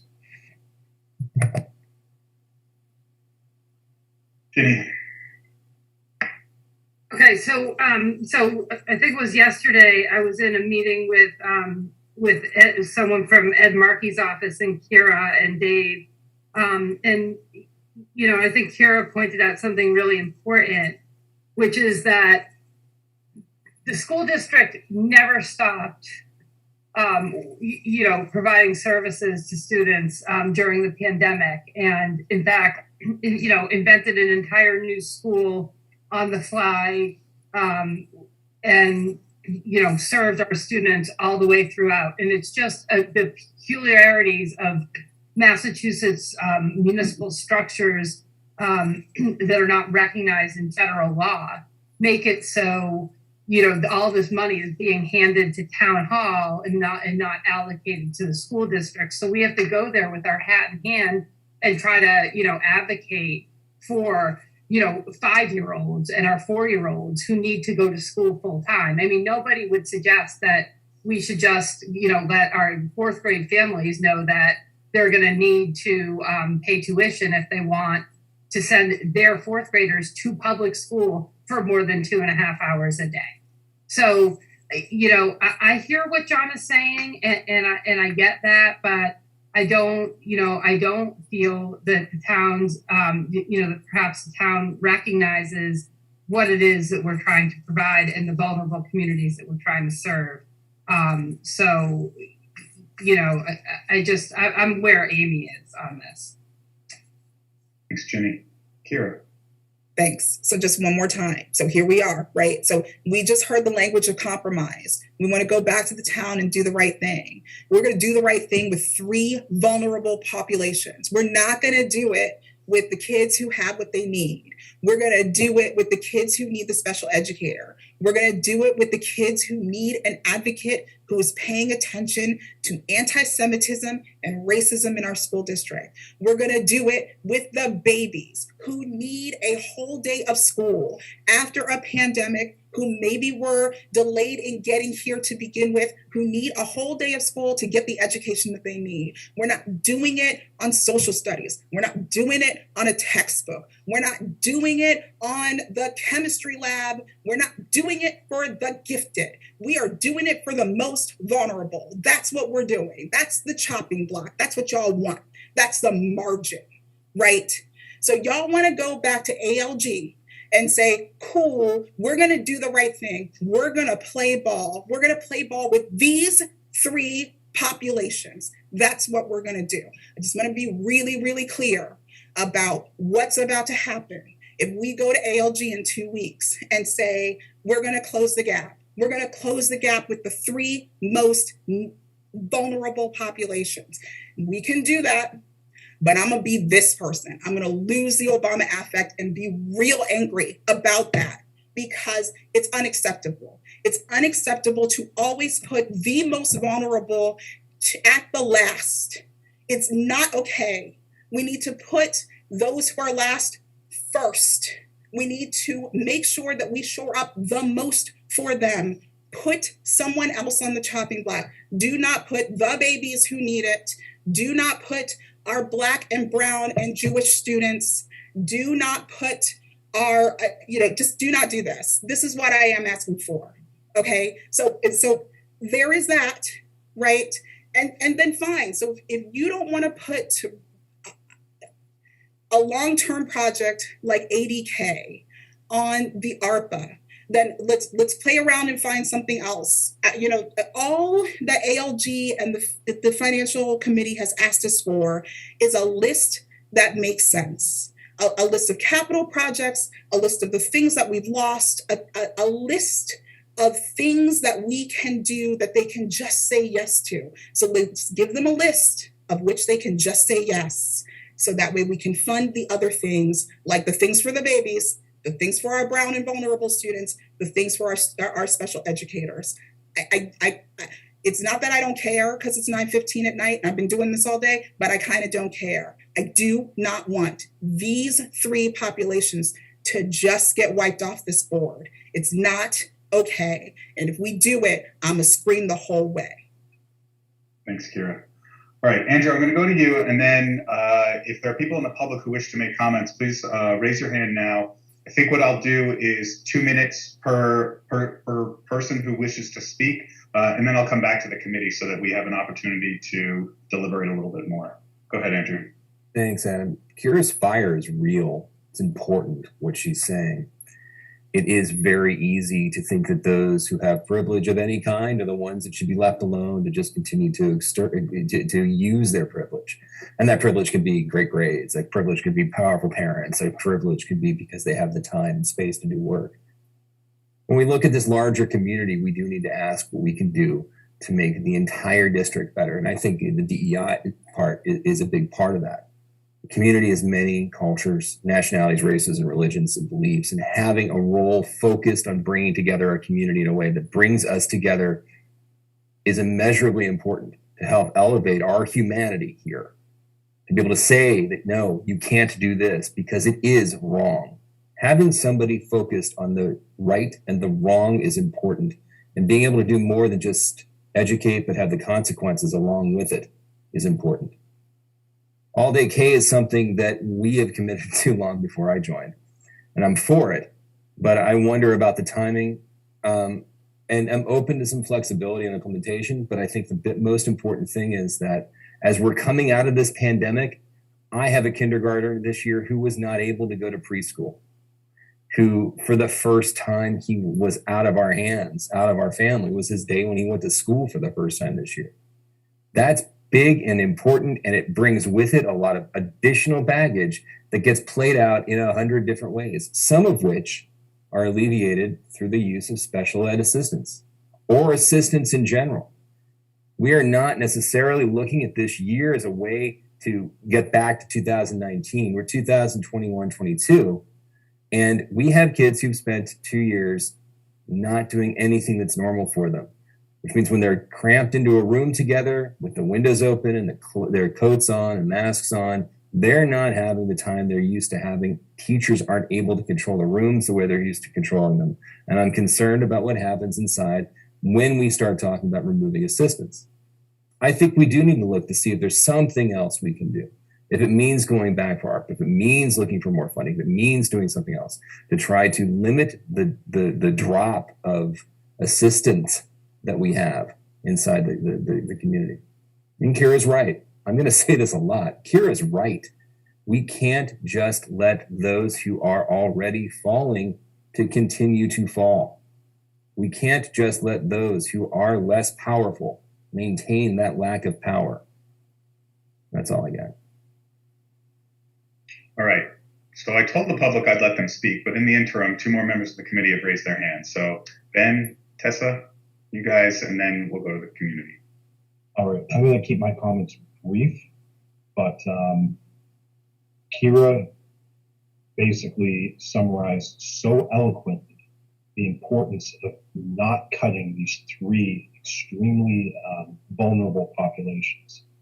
So I'm going to say it here, it's probably not very politically correct, but over my dead body will I see cuts to DEI, to all-day kindergarten, and special education.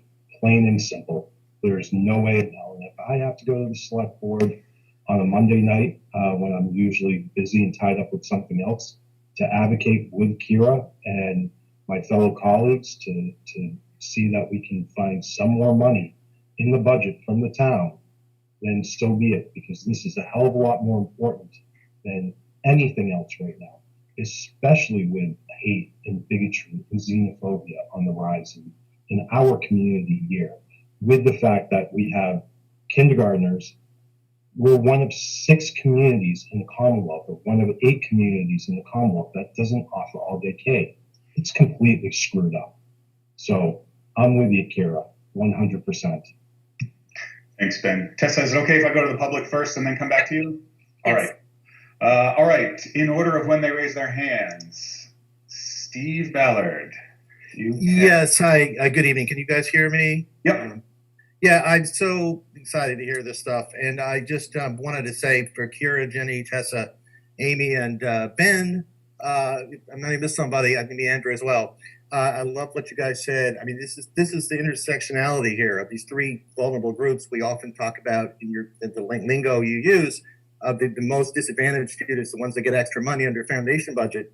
It's the economically disadvantaged, the English language learners, or the children of color, and the disabled SPED crowd. They're all the gateway here is ADK. This is what connects them all. And it's 300 students, John, but it's not 30 to 100 students at the high school level that Acton is wasting $3 million on this year, as you pointed out recently, going up $0.8 million in the budget. I know that's maybe debt exclusion, and it's not the budget issue you're talking about, but Acton needs to get its act together.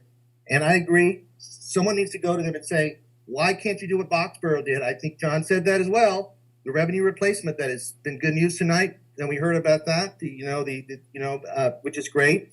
I see a lot of other good news here. I mean, I see, the foundation budget stuff that surprises me. 30 seconds. But there's also just I sent you the options under option 4 that you talked about it. I mean, you can do this. You can just do level use of E&D. You can not do the CIP increase from 350 to 500. Those are ways to get the 220,000 cut under option 4 without doing cuts. I mean, I have a tongue-in-cheek third version where I say, just reorganize the whole central district office and give everyone a $40,000 cut. I was joking, but there's a lot of stuff we can do. All right, Jason Cole, go ahead and unmute. You are welcome to talk. Thank you. Can you hear me? Yep.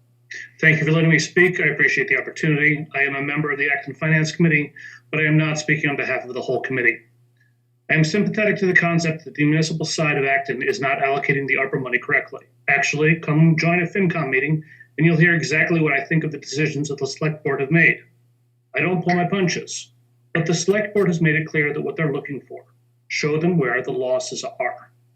Do I think that it is wrong that the ABRSC has to go hand in hand with the towns because this is a region and not a municipally managed school district? Yes, I do. So meet the guidelines that have been laid out for you by the Select Board. I understand that there are different reimbursement buckets during this crisis. There's FEMA, there's ESSER, and now there is also ARPA. What I'm not sure I understand, and what I'm asking for clarification on, is the following.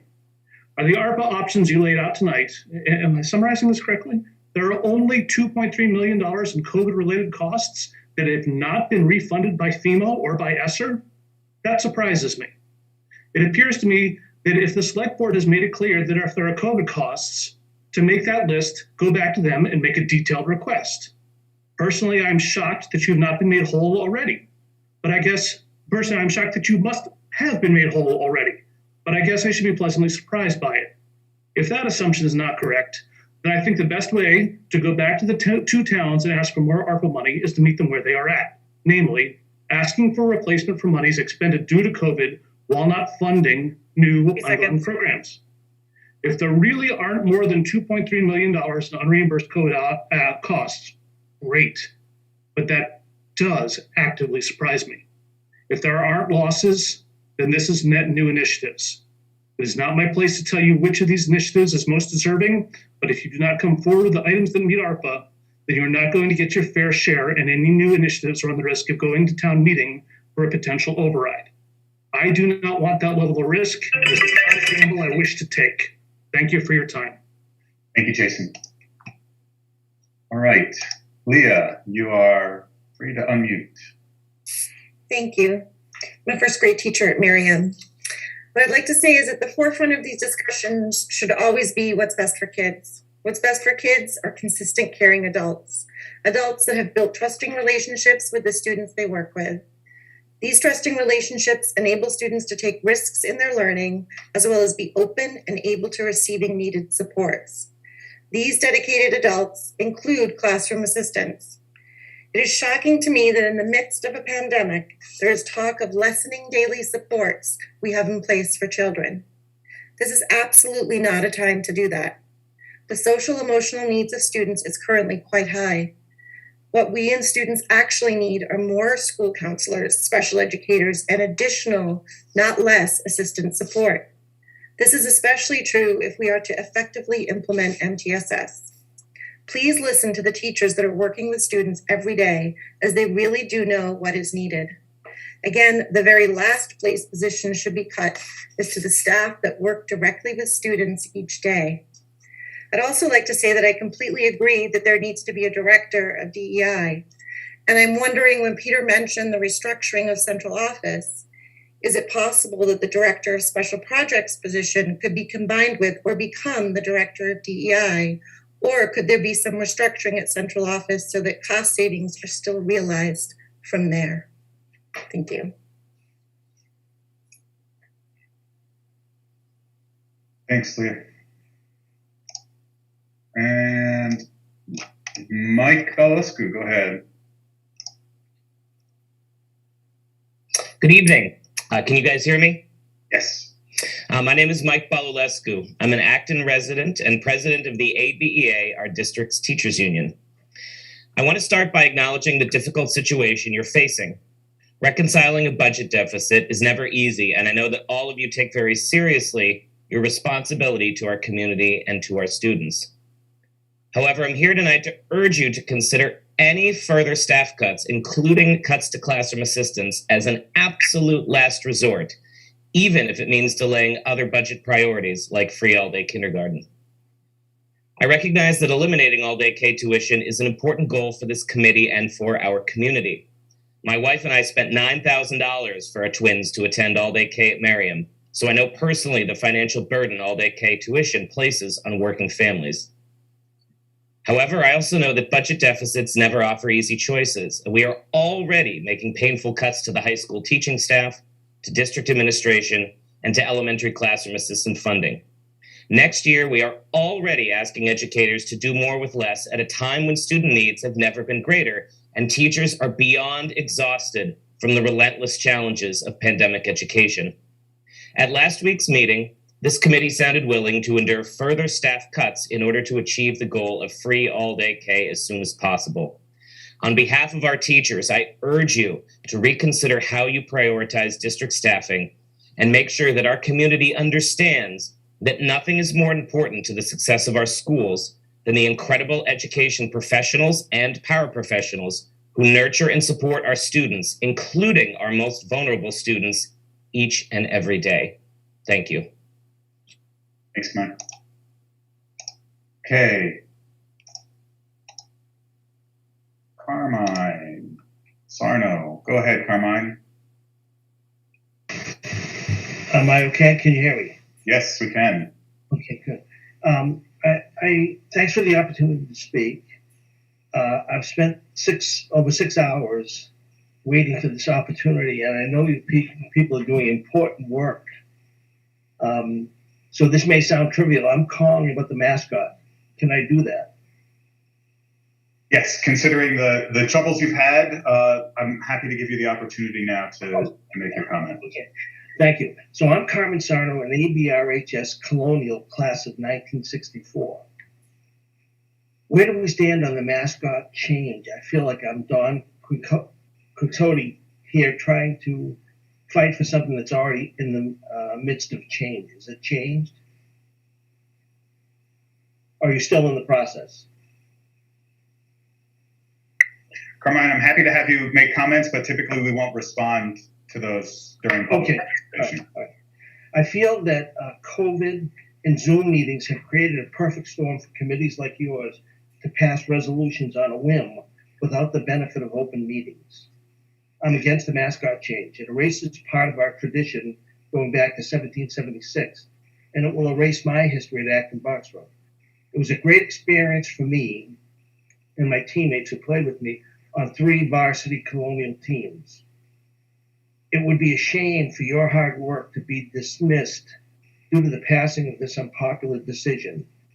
You can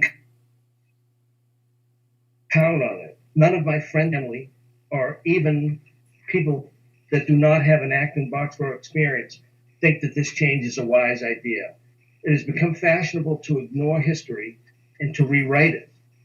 The root of this sadly comes from our educational systems, of which you are a cog. The word colonial means inhabitant of a colony, kinship, part of the 13 British colonies that became the origin of the USA. It means frontiersman, homesteader, pioneer. Remember, we were the oppressed in 1776. So I don't see the need. I'm not weeping over the Washington Redskins being named the Commanders. Honest, this is an unpopular question being considered in a vacuum due to COVID. Look at your survey, listen to the people who are part of the ABRHS history. I asked the school committee, I'm afraid to think of what's next in this woke environment. Thank you very much. Thank you, Carmine. Tessa, go ahead. Well, at the risk of having every educator in Acton Boxborough hate me, I'm going to push back a little bit on what Andrew said and what Leah said and a little bit on what Mike said, because I work in a school.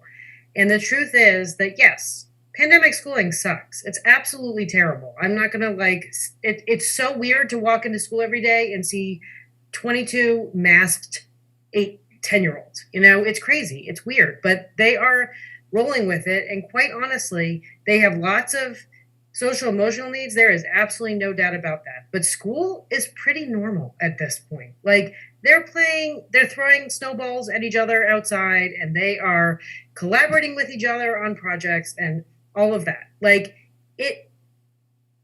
We are one of the only districts that staffs regular ed assistants at the level that we do. Peter pointed out a couple years ago when we looked at ClearGov data that we way overspend compared to our market basket districts on uncertified staff, and that is the teaching assistants. And I really disagree that is an area where we should be spending $1 million. Yes, I agree with Leah. We should hire more psychologists. We should hire more special educators, but that's where money should be spent, not on 12-hour-a-week uncertified positions that, yes, in some classrooms, they may be there for more. I don't disagree with that. Principals are deciding what they're deciding, but we are not eliminating all of the positions. And so I want the committee to know that that is one perspective. And obviously mine is one perspective as well. But those of you who are not in schools, I don't want you to just take that one perspective and say that we are denying all of our teachers this. I don't know of any other district that has this level of regular ed assistant aid. We're not talking about special ed assistants who are often in classroom for a whole day long. That's not what we're talking about. So I just want people to be wary of that idea. Thanks, Tessa. Yevon. Thank you, Adam. So first of all, I'd like to actually ask Peter, could you clarify one thing? Like I noticed that you proposed 3 FTE cut about the bus driver. So that's basically, I just wonder, so without 3 additional bus driver, we are okay in this year. I would say a lot of parents are stay home so they can pick up the kids. So if in the FY23, most of we are resuming the normal operation. So, and your commitment to say have a 3 FTE cut on the bus driver is gonna be, do we have the flexibility to say you can add 1 back, say if there's a need?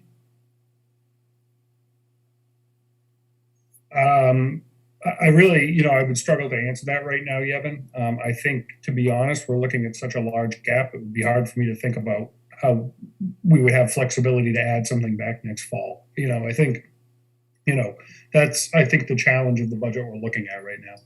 This is a kind of a harder constraint, right? This is something you have to provide. It's not something, I can postpone. It's you have to meet. If there's a demand, then you have to meet, right? So that's one thing just bothers me. So regarding the questions, so my question actually is actually I have a question too, right? So will remove the support of a DEI and the special education is going to greatly impact, or will they have some negative impact on the quality of service we can provide? So I would say we probably don't have a concrete answer to that. So if Peter at some point, the administrative team can provide us some kind of assessment about where we are, about the and where we should go, and can we postpone? What are the pros and the cons? So that's I would say to help us to make a better judgment. So right now, without further, very good impact analysis about the of this, I will fully trust the actual professional educators side. The original plan you administrative team developed. And so in the beginning, actually, we don't add back anything. So let's stick to the original plan. Yeah, but I'll make some comments. First, I don't think we can delay anymore. I don't think we have time. We need to put something forward. And secondly, with regards to the initiatives around specifically DEI, I think that's core to the district strategy that the administration has been working on for several years now. And so I think they've already provided us with the measurable results that we would expect to see from an increase in DEI, C training, equity support throughout the district. So I think that's why these are important, and they're in the budget today, and why we've got some people who are advocating pretty strongly for them. The evidence has been provided to us that it's necessary, but it is in some cases against or it's the opposite of what we're being asked to provide budgetarily from our member communities, who have to, go to their constituents and get the funding. We have to pass town meeting. Yeah, but so just for clarification, something like, so even without a DEI director, this DEI activity is still ongoing, right? So I just noticed we have a $500,000 budget on the DEI. So that's actually, I'm considering, so that's under the description of the DEI assistant superintendent. That's a proposed budget in FY23, right? So then that's actually in the contracts. Each principal, elementary principal, has only $90K budget. So that's that surprised me. Yeah, but just to clarify, English language services are under DEI. So our English language services are all sitting in that DEI area. So that's, I think, Marie, maybe you can confirm that, or Dave. Also nursing too, I believe. Yeah. So, it's by nature because it's DEI, but it's also because it's the assistant superintendent level position. They oversee a lot of different things. So it's labeled under DEI, but most of that budget, to be honest, is not actually allocated to DEI. It's allocated to English language acquisition and nursing. Okay, that's good to know. Thank you. Sure. Nora, go ahead. So I'm just really struggling with what we're trying to accomplish in this discussion tonight, I think. And is there a real possibility that we could keep these three really important things that are, no one wants to sacrifice any of them, of course. And so, when I hear Kira speak, and I'm moved by that, as I think we all are. We're very moved by the importance of what we're doing as a school district in this time when families are struggling and kids are struggling, and when we have the opportunity to have some momentum to go in the right direction. But, Peter, you're coming to us asking us to help you present a budget that has the possibility of being approved. And I guess I'm just wondering, is there more room to ask for more from the towns than I'm realizing? Or do we, what are our options? Is it a possibility that we can really keep moving forward financially with those three things that we want to move forward with? Do we have to delay something? Is there a chance that we don't have to? I'm just struggling with what, what the reality is. Do we have these actual limitations or not? Are there more places to find money using ARP funds or, yeah. Adam, do you mind if I just jump in briefly? So, Kira, to answer your point, I think, we've kind of shown what with the current budget we would do in order to accommodate those. I think the DEI position, I think we were able to find a path to bring that in the budget. The special educator position, it's assuming risk on the other end of it, of possible out of district placements and the use of circuit breaker. All Day K is the one out there, and I honestly, I don't know the Board of Selectmen Select Board is considering additional allocation of ARPA funds and including the $500,000 that we maybe thought previously understood was already allocated.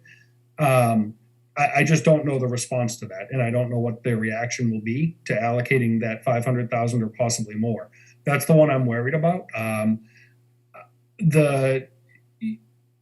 wish I had a good answer, but and just really respectfully, the number I'm also concerned with is what are we doing with the budget?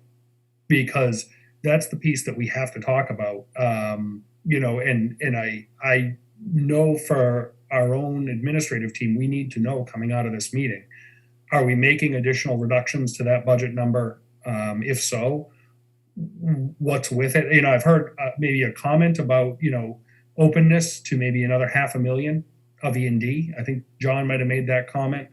We do need some direction around that, but we really need that direction around the budget too, so we can keep going. And that will also provide our committee members who serve on ALG an important piece of information with which to go back to ALG to continue the dialogue around how we're closing the overall gap.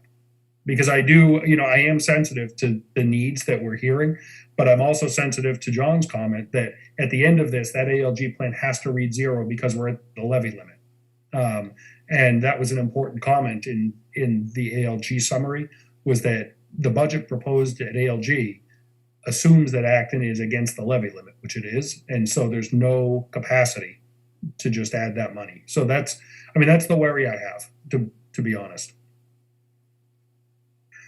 Peter, before I go to the people who have their hands up, I wonder if you can one more time just sort of tell us what you need from us before we go away tonight. So as people continue to raise their hand, they're giving you not only their feelings about the right direction for the district, but how we can get to a budget number that can get passed. Sure. The one, are we open to using additional reserves? Right, including E&D and or capital stabilization. That's the big one. And if you have a number that's great. If you don't have a number, as long as you tell me you're open to increasing the use of reserves and kind of say like by a little or a medium amount or a lot, I can work with that, right? Like I can get there. The other one is, you know, as we're looking at this $1.7 million gap, reserves is one way that we can help resolve that gap, but the other way is looking at our operating budget. And, you know, are we, you know, I just need a little direction. Like, you know, I think last year we, you know, I think one of the committee members proposed, look, I think we need to come in at, I don't know the number, whether it was 3 or 3.5 or 3/4, whatever it was. But what are we thinking for that? And, you know, just for a frame of reference, we have about $100 million budget. So for every 100,000 we reduce, it's about 0.1%. Is that correct, Dave? It's getting late and my math is, you know, limited at best anyway. You are correct, though. Okay. So, you know, 1% reduction on the budget is $1 million. You know, $500,000 is a 0.5% reduction on that operating budget. And then the assessments have to play out. The one thing I will say, you know, I mean, I don't know exactly what Acton's hearing. I've heard a couple of comments tonight that maybe some members heard that there was hope that we would carry 2/3 of the remaining deficit. So 2/3 of 1.7 million to Acton is 1.1 million additional cuts. But I would say that's the Acton share of that. So that means it's actually 1.3 to the district. You know, I'm not getting a sense from the committee right now that that's something that the committee's interested in. But I do want to kind of get a sense of what's the alternative. Thanks, Peter. All right, Evelyn, go ahead. Yeah, so as I look at the packet that we got presented and looking at the line items, I don't see anything that we can cut from that that's going to help us with the $1.7 million deficit, right? And I keep hearing ALG, this didn't do this and that. What is Boxborough putting on the table? And pardon my ignorance, but what is the BLG putting in, and how much have they put on the table? Because I'm thinking, okay, the district has what it has, and maybe we have to go to our reserves and whatever, but what are the towns willing to commit so that we can close the budget gap and be able to fund all the kindergarten, put forward a DE&I person, a special ed. And my other question, and maybe Dave or Peter can help me with this, is APA a multi-year fund? And so if we have whatever we're getting for APA this year, do we have opportunity to be able to get it next year as well, to be able to close some of that gap and fund particularly our all the K?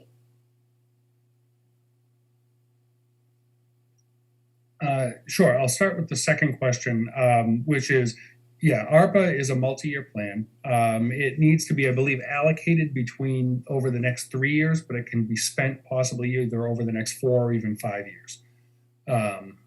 So and I don't know the exact, but I do believe we have at least between FY22 and FY25 potentially to expend the funds. So is there opportunity to spread it out to be able to take care of some of this deficit? Because we're only talking about APA for this year. Could we think about APA for the year after and the next year to bridge this? Because we're only focusing on this year, and I know we have to project out a little bit to be able to make better decisions. Yeah, and we, you know, have kind of a budget that goes over through FY25. So we have a multi-year budget on this. So my question is that factored into the several years budget that we have, and we still have this budget deficit? Yes.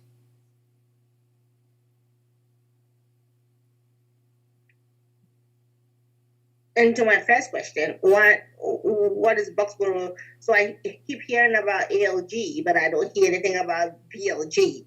And I don't sit on that committee. Can somebody help me understand what Boxborough is doing to help with this deficit? Boxborough's in a different position. So as per the regional agreement, we pay, the percentage of students that are in the district as a percentage of our assessment. And so typically that's the 85-15 split on average. Boxborough's in a different position because we're not up against our levy limit.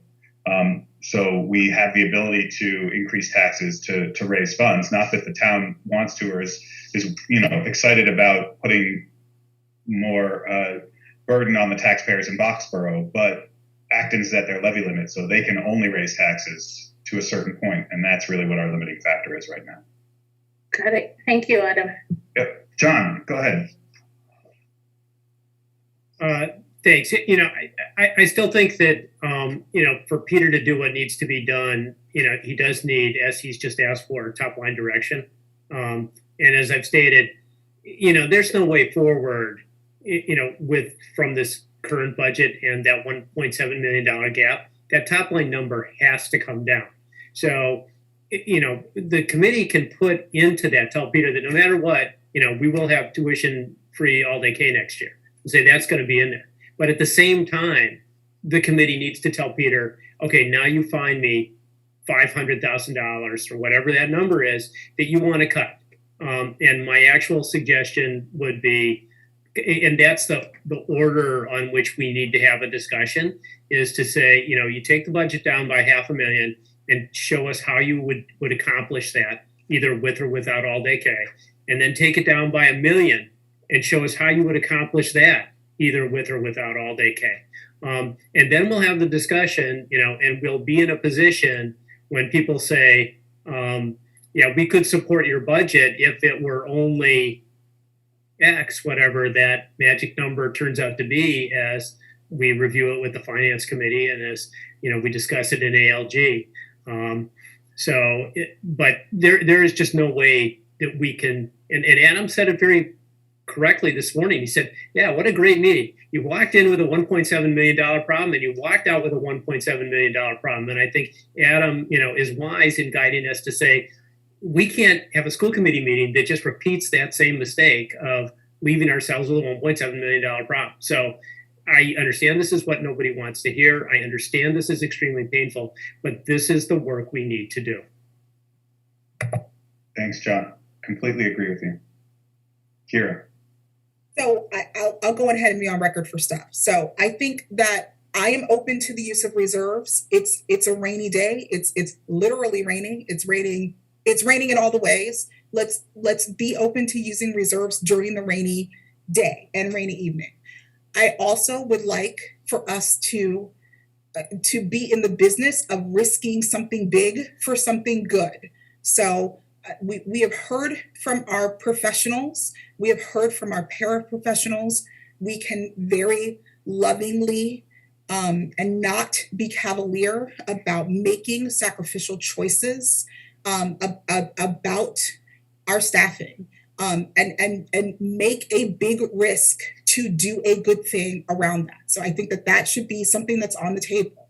And then, finally, I think that we should put our most vulnerable first instead of leaving them last. So, if we need to, if we need to reprioritize the things that we need to reprioritize, then we should do that. And I think that comes in the form of doing what was asked of us at ALG and by FinCom, which is to bring them a list. Let's be aggressive about what it is that what we've lost, what we've invested in, what we could not do because we were investing monies in other things, and not put in the revolving, whatever, the long-term stuff, but instead give them the concrete things. They asked us for really basic stuff. Let's be aggressive about what we asked for. And then, so I just want to be clear, because there's town people on the call, right? And they asked us to go back and think about what we have. So we're going to be sacrificial. And then we should show up to the meeting saying we were in good faith again, because we went in good faith in October for my 2.6, right? So we are going to be sacrificial and in good faith right here, right now. And then I hope that the town will see that and hear that and then do the same when we see them in 2 weeks. So there's your 3 things. I'm on the record for those. Thanks, Kara. Ben. Thank you very much. So my recommendation is looking at the reserves in E&D, utilizing those reserves along with making cuts to the operating budget, going line item by line item, if necessary, to make those painful cuts, as my colleague Kira said, but doing so lovingly, knowing that, hey, we're going to have to pay the piper now, and we need to protect DEI, all-day kindergarten, and special ed. And if it has to come at the cost of other operating expenses or capital expenses, so be it. This is the time to do so. And utilizing, like I said, that rainy day fund, it's pouring out. And now's the time to utilize those funds as they were meant to be used, because we're dealing with it now, and there's really no turning back. Thanks, Ben. Tessa, and then we're going to wrap up. I'm just going to respond to what you asked for, which is I think that we should look at reserves. We should look at not putting as much or not restoring what we were putting into the capital stabilization fund. And if we need to make operational cuts, then I think that we can certainly look at other things within operations, but I agree wholeheartedly with Kira, and I do not think we should touch anything that is directly affecting the most vulnerable populations. And I'm sure there are those that are going to make that argument that includes, assistance, but we're talking about direct services that are specialized for special ed students, and that is not within that realm. So I agree with Kira, and I think that whatever you have to do in terms of touching those reserve budgets, and if we have to make operational cuts, then that's where I would make them. Thank you.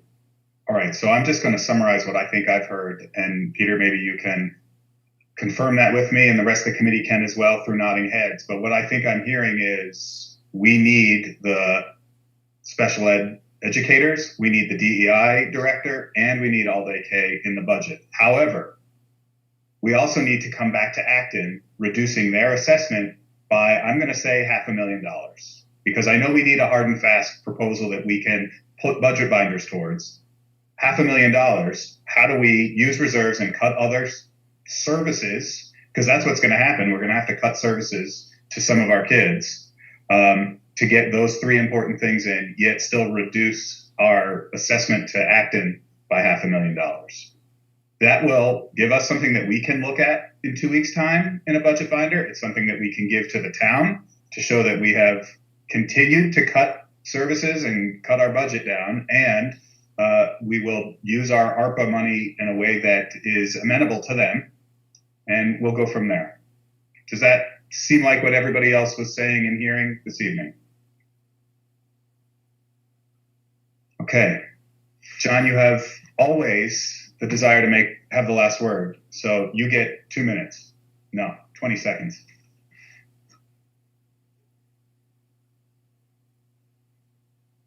But you're muted, which is unfortunate.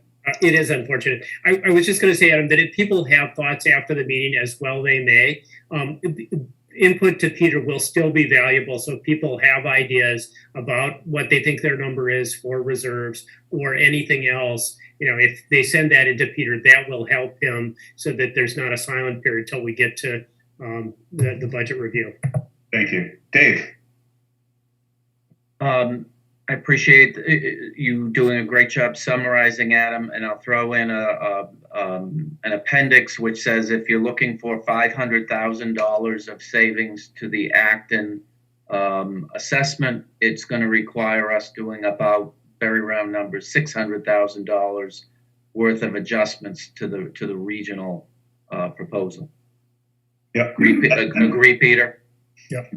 Yeah, that's the reality of being a regional district where we have that split on the assessment. I think, though, that with Acton driving the Acton at the levy limit and driving our budget constraints, we have to think about our budget with regards to what Acton can do, and Foxborough will follow along. Peter, any last questions or comments from you? Clear? Excellent.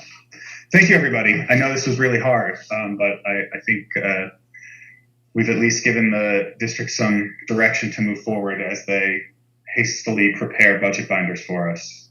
Anybody good at photocopying and hole punching? Let Beth know. Let's move on now to subcommittee and member reports. Policy, Nora. Thank you. So in the packet, we have the first read tonight of the policy that we've been working on regarding social media use and media use. So we are looking for feedback on that policy. We've received a little bit so far and just wanted to hear more feedback so we can work on it further and bring it back for a second read. Has anybody got some feedback for Nora on the social media policy? I'll get the ball rolling. It's very long. It must be the longest policy that we've put forward ever. And so I'm curious if we reviewed social media policies from other districts and how ours looks compared to those. I'm wondering why it's so long. Why are we setting out so many definitions in the policy? And I wonder if some of these sort of guidelines are really procedural and not policy. And I'm also hoping that I made enough comments that John agrees with me that he doesn't have to make any additional comments on the policy. Tessa, go ahead. I agree. I'm going to tell you that I got about like a third of the way through, and I was like, I don't even know what this is about. It was way too long, like way too long.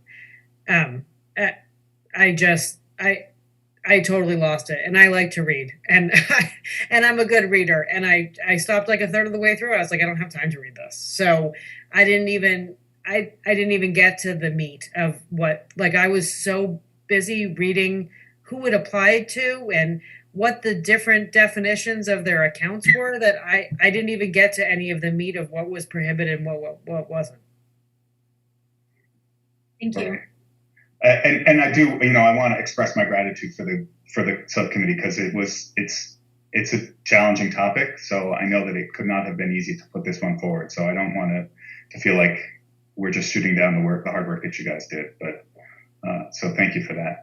Andrew. Yeah, I appreciate it, and it's true and well received. And I think that there are some sample policies. This is sort of a new territory.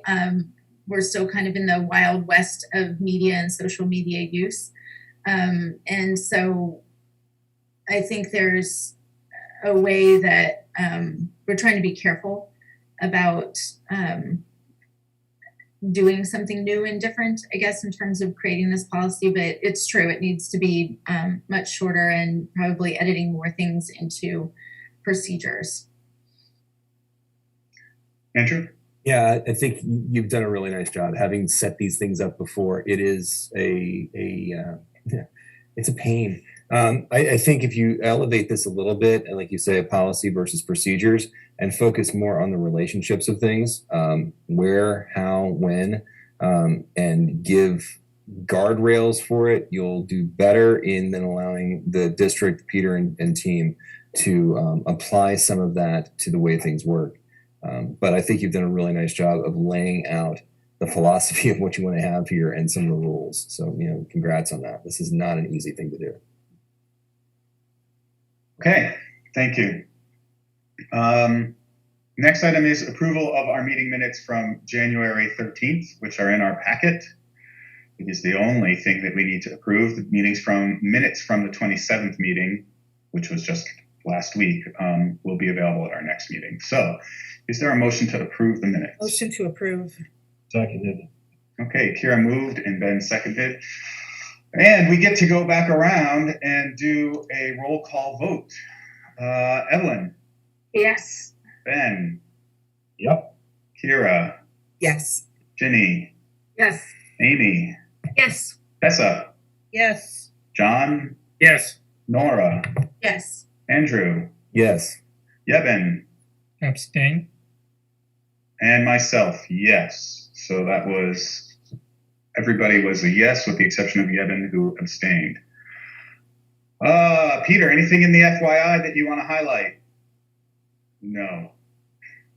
He's done. I'll highlight that we do have a community coffee coming next Wednesday, February 9th at 8:30 in the morning via Zoom. So we'll try to get a reminder out to the community about that. And there's also a survey or an opportunity for people to submit questions in advance of that. So looking forward to that community coffee with Peter.